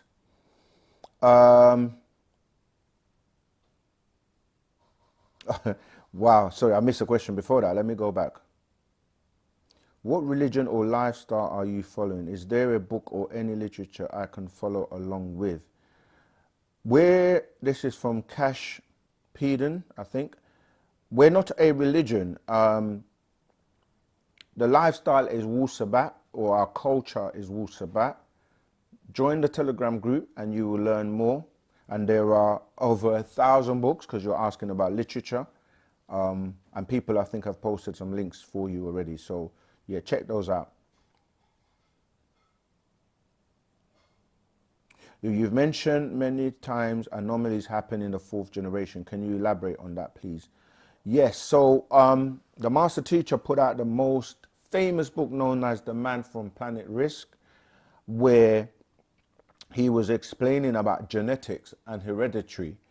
And the European that is most famous for the study in terms of genetics is Gregor Mendel, right? You can Google and research this. And he studied genetics, and genetics deal with offspring. This is why, the books of the Bible, for example, the first book is called Genesis, even though that's a mistranslation from the Hebrew of Barashith, which means recreation, to reconstruct. But the impression that it gives is that this is the beginning or the first time. When you look at the word gen, it's the same root word where you get the word genes from. Genes, genetics. And the secret in that word Genesis is that it's a copy from the books from ancient Egypt. So you hear genealogy or the gens or the genetics of Isis, because Isis, who we really call Ashtat or Arashtat, which became Isis in Greek, is the person that gave birth to the character that they've plagiarized into Jesus, which is really dealing with Hara or Ha or Hiru or Haru, which becomes Horus. And then that's the mother and son, which becomes the Black Madonna. But then their father is, or his father and her husband is who we call Asaru, or people say Asa, which becomes Osiris in the Greek. So when you see words with ending with tis and us, like in Atlantis, or even the Sinaiticus, you know, these are Greek words because they stole or borrowed the ancient Egyptian stories to form the biblical stories. And you can literally align every character unless you're going into the New Testament where characters were created by Josephus Flavius, the Piso family, right? So I'm saying that to say that when you're dealing with genetics and dealing with the most profound known geneticist in terms of the European or the Western world, that's Gregor Mendel, and he tells you that in the 4th generation is when these anomalies will appear, because you can have a black family and they have many black children, I'm using that word loosely, right? And then suddenly a child come along that is albino and maybe even having blue eyes, and you're going to think, well, where did that come from?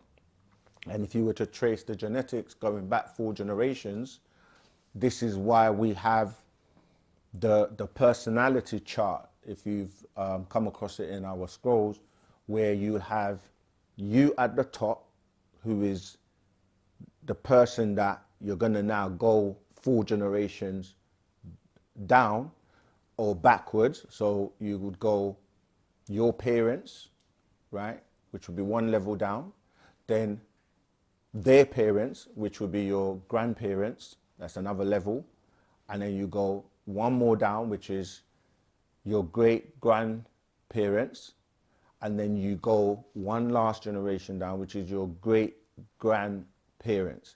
And all those people in that matrix, the genetics of them can scramble into you. So then when you now have children and they have children and they have children, if there were defects or any issues with the genes that got passed on to you, they might come out, maybe not in your children, not in their children, but in their children's children's children. This is why even when that curse, it said, curse shall be canon. And then those genes manifested from Ham, because it didn't come out straight away. It came out with the children. So I hope that's really helped you in terms of elaborating on the 4th generation. So go back and study genetics and study Gregor Mendel and look at when anomalies will happen in terms of offspring, all right? How do you have the truth when mostly everything was and has been colonized? That question kind of answers itself. Truth is based on anything, and what you're saying, the colonization doesn't stop the fact that the facts or the original was there and is still there, and there's still evidence and many things that are being uncovered or rediscovered. And just because certain parts were colonized doesn't mean everywhere was colonized, and it still doesn't mean that the truth is not there, even though it was hidden or not known, because the colonizers are not able to decipher everything. So as time's gone on, the many things that have come about, like, you know, the genome project, the human genome project, that gave more information in terms of DNA. The pyramids are still standing there, many tablets that are uncovered.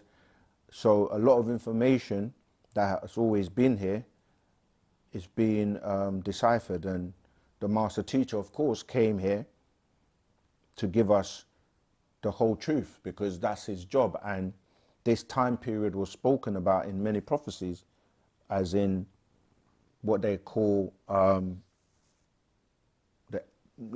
end of the world, even though we know it's not the end of the world, but rather the end of an era, as in the sun cycle.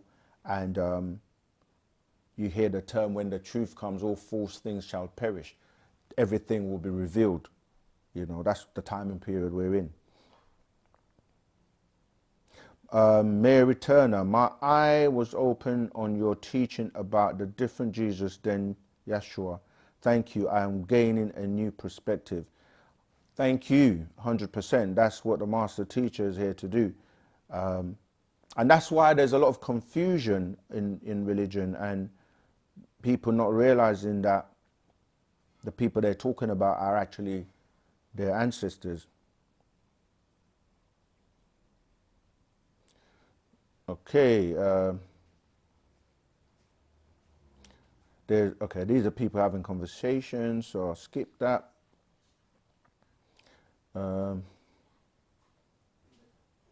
Yep, they put everything in our faces. It's called hidden in plain sight.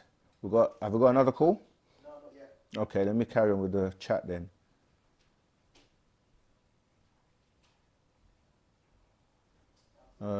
Thank you very much for your response and for everything you do. I have learned a lot. Thank you. That's what we want to hear. We want everyone to spread what they've learned, what they're learning. And remember, our priority, please, let the world know about Pandababiano and Dr. Malachi Z. York, the injustice that has taken place. And yeah, we need to come together in love and unity as he has requested of us.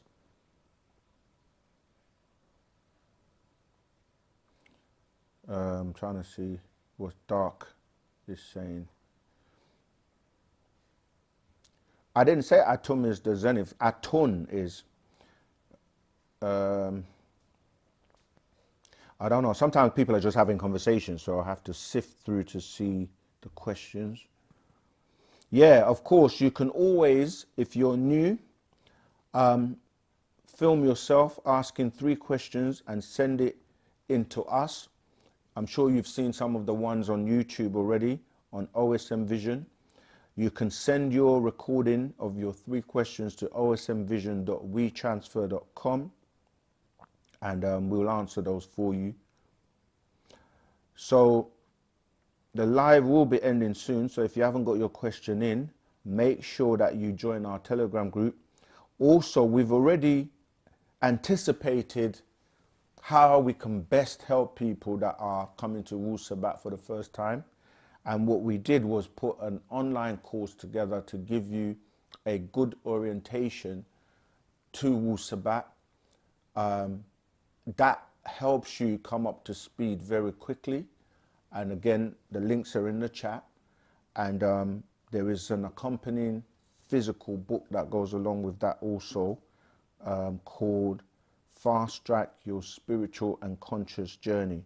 And that will help you to, you know, quickly, you know, like when you first start, when you go to university or something and it's just like overwhelmed with all the classes you have to do, all the books you have to study, all the assignments and the projects and everything you have to do. And, you know, you need some way of, or even when you start a new job, you know, you might be like, this department and that department, and you got to do this and you got to do that, and you're just like overwhelmed. So you get an orientation where somebody that guides you and walks you through and say, get you settled so you're not, like I said, you're not overwhelmed, you're not panicking, you know what you're doing, and you settle in nicely. So that's what we've done with the online course, which helps people to kind of get their mind right quickly, catch up, and then they can progress in terms of, you know, what direction next. Jasmine Price, hello Saken, love everything you do. Thank you. I listen to you daily. Really? Oh wow, that's amazing. It's such an honor that we're able to share this, and this is Pandababianun's information, and we have to constantly remember to be humble and to give praise to him, because without him we wouldn't be doing this. What do you think about the ice wall? Does that mean Earth is flat? No, the Earth is not flat. And the ice wall, we did a video about as well, and I was actually saying that we shared some new information from the master teacher, because we do get updates, and he was explaining that, which we've covered before, that the extraterrestrials I wonder if I can actually, let me see if I can find it and just read that little piece for you, if I can find it quickly. But join the Telegram group. That's one of the ways to stay up to date. Join OSM Vision, subscribe, because things are happening in real time, you know.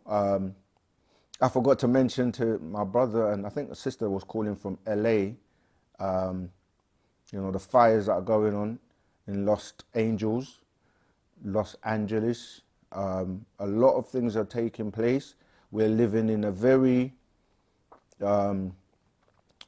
unpredictable times with the wars and everything going on. And but anyway, to answer your question, while I'm looking for this, is you have extraterrestrials that have been residing there for a very long time, and oh, I'm looking in the wrong place. And these extraterrestrials are now starting to basically show themselves. All right, and okay, I found it, and the master teacher was explaining to us, which he has done many times, about we are living in this new 24,000 year cycle, which consists of 6,000 year cycles, and that we moved into this new sun cycle in the year 2000 from the last lunar moon cycle of 6,000 years. So we're now in the time where no more faiths and beliefs, religions, and we move into the solar sun cycle of actual facts, Wu-Sabat, Nuwaubianism, the breaking of the hypnotic spell of ignorance. So the aliens that you started to see recently from 2024, more prominently, were looking for the 24th elder, which is Nuwaubianism. It is time again for the 144,000 to be transported to the South Antarctica, down under the ice, yeah, to receive their barythry gland, which I spoke of at the beginning, in their submental, to regrow in the hippocampus part of their brain for the resurrection, and to activate the use of their whole brain as supreme beings, deities, right? Under the ice, there we have a great city. It's called Egg Island. When we came from the waters, we lived there, protected by the mantis aliens. Then we crossed over onto the South Ganawa, known as Africa, and began our migration north to spread over the planet. Yeah, so he goes on to explain, you know, a lot more information, which we've shared in the Telegram group, but that's dealing with the Antarctica and what's going on in terms of the ice, which is why it's been protected. All right. Okay, let's keep going. We've got about 12 minutes left. Oh, Rahubat Ni, I see you in the chat. I'm glad you're there. We have other student teachers helping to answer questions, and anything that we don't get to cover today, we will definitely answer in the Telegram group. Okay, so once you join the Telegram group, there's a search function as well, because a lot of people join the Telegram group and they're like, wow, like so much information. And the best way to go through and search for a phrase or your question, and you will see that more than likely it has already been addressed. So you can search in the Telegram group, and we have many documents, files, videos, a lot of media that you can also go through.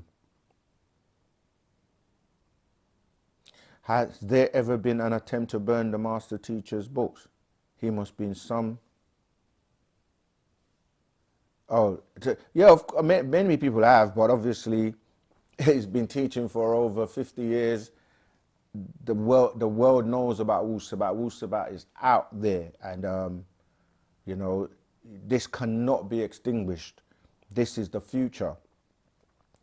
He's been telling us about the future for a very long time. So And the thing is, the books are not the issue. This is where people get caught up, like people put the Quran at the highest shelf in their bookshelves and say it's all holy and the Bible and things like that. It's not about the books, it's about the knowledge in the books and the message. And once you get that message in your mind, in your being, in your, you know, the books is just a physical, it's just like the most important part of you is your soul and your mind and not the physical you. Of course, whilst you're here in this 3D world, you need your body for locomotion and to like navigate, but it's about your real being, your real essence. It's not about the physical stuff, even though, you know, you need it whilst you're here. But I'm just saying that to say it's not about the books, it's about the knowledge. And that knowledge we give out constantly free on the lives, on the classes, in the classes. And we have many brothers and sisters around the world. Go to our official website, unitedsabiansworldwide.com, and you can find the locations closest to you. So, yeah, Wu-Sabat is here to stay. Wu-Sabat's the future. Okay, I think we're coming to the last 9 minutes. Look at that, 21:21, 9:09, and we have 9 minutes left. That's a sign. 9 to the 9th power of 9, right? Well, on this clock anyway, because you know time is not real. It's different time zones, different devices. Are we done? Or you got one? One question. Yeah. Do the aliens regard us as their superiors, or are we not superior? It's English words again, aliens. Extraterrestrial is a better word. You are an extraterrestrial too. We're all extraterrestrials.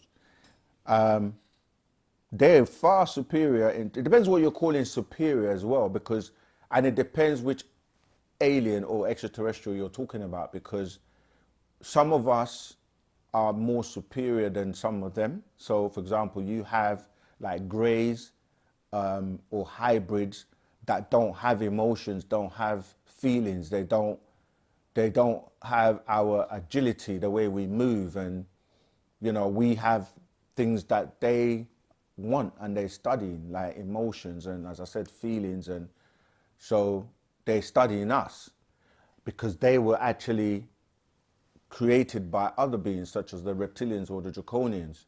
Then you have like our ancestors, the Nataru, who were the most intelligent, who they've basically elevated to a point where they're so advanced, they're like 100,000 million light years ahead of us.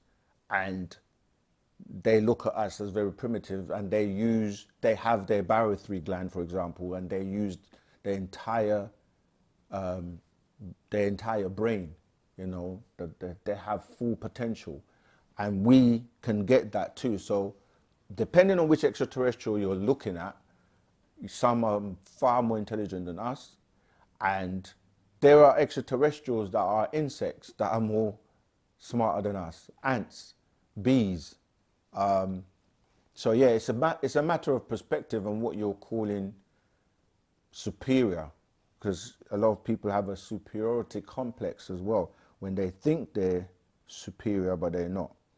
So for example, we look down on the ants, literally, but they're more smarter and work together in harmony than we do. So even, this is another thing, bacteria, what you might call, you know, like people will get a cancer or get some kind of disease, and the bacteria is more intelligent than them.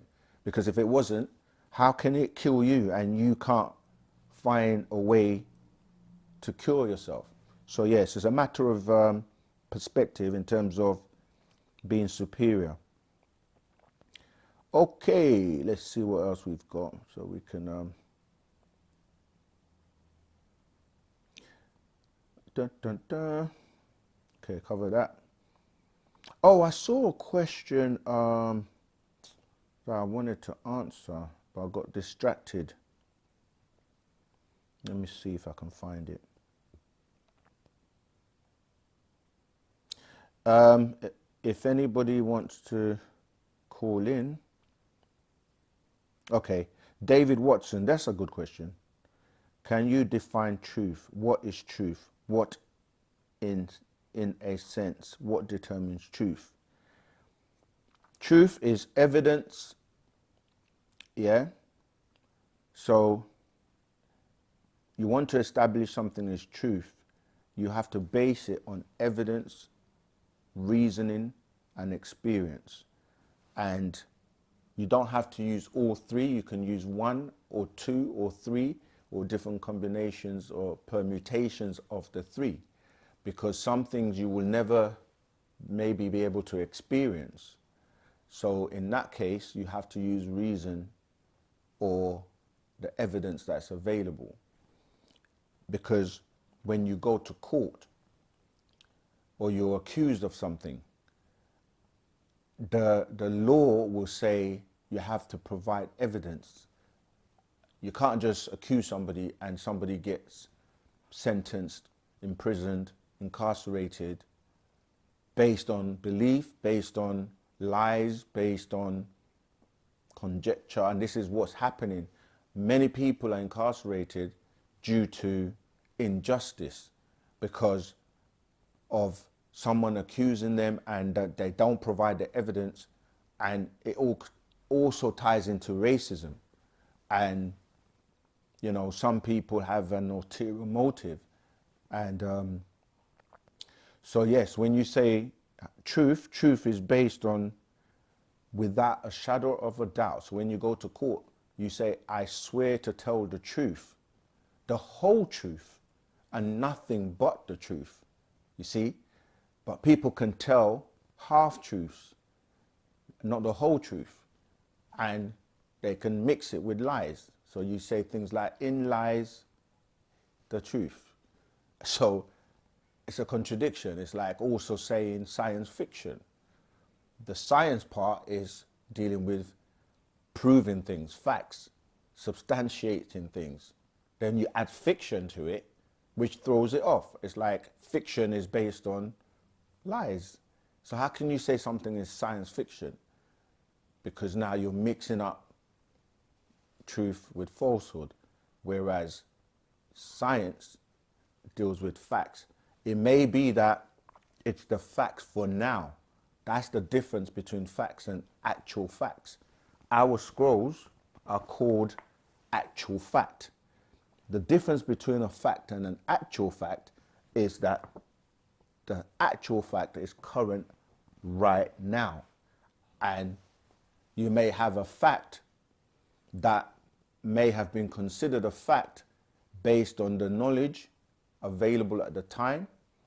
And as intelligence and developments and technology that gives you more information, something that was a fact previously may become obsolete and it's no longer a fact. So you have to constantly deal with current facts, facts that are facts right now, you see. So that's the difference between facts and actual facts. Example, many years ago, people thought that the world was flat. And people used to say, you're going to fall off. And coincidentally, with all the technology, with all the knowledge and, you know, more technology and things being discovered that give more information, today you've got people still coming back around to say the world is flat. And when you break it down using evidence, reason and experience, you can debunk it so easily. Because if you're using words, tones, especially English, then you have to say, what does that word mean? If you call something flat, and we say the definition of something flat is flat, then you can't say the world is flat. And then you have to say, what is the world? What are you calling the world? Do you mean the planet? And within the planet, you have what you call in soil or earth. And you have mountains, which are not flat. You have seas, you have clouds, you see. So I know I'm going in a bit, but I'm just saying that to say that if you then use facts and evidence and what's been discovered and proven, then that's how you come to the consensus of the truth. We've run out of time again. So if you didn't get your question answered, you can either film yourself asking those 3 important questions to you and submit them to osmvision.wetransfer.com, or join our Telegram group. You can ask your questions there. We have many student teachers, and we will answer your question. Or tune back in again to one of our live classes, which is on Saturday, GMT UK time, 7 p.m. Every Saturday we have a class. And of course, you can always tune back in next week to OSM Vision, Ask Us Anything Live. So I want to thank everyone for your questions, for participating, for joining us today. Without you, there will be no us, and this is ongoing. So let's spread Wu-Sabat, let's spread love and unity, let's spread the message about freeing Dr. Malachi Z.K. York, Pa Nuwaubianism, as is known to us affectionately, because he is an extraterrestrial, and with all the knowledge and all the information that he's bestowing on the world, you would think that everybody would want him to be on the stage giving us more information on how to solve the problems of this world. So until next week, keep him in your thoughts, visualize him free with us in the flesh. All right? Taukum, that means thank you all, wu-wadu, and bye.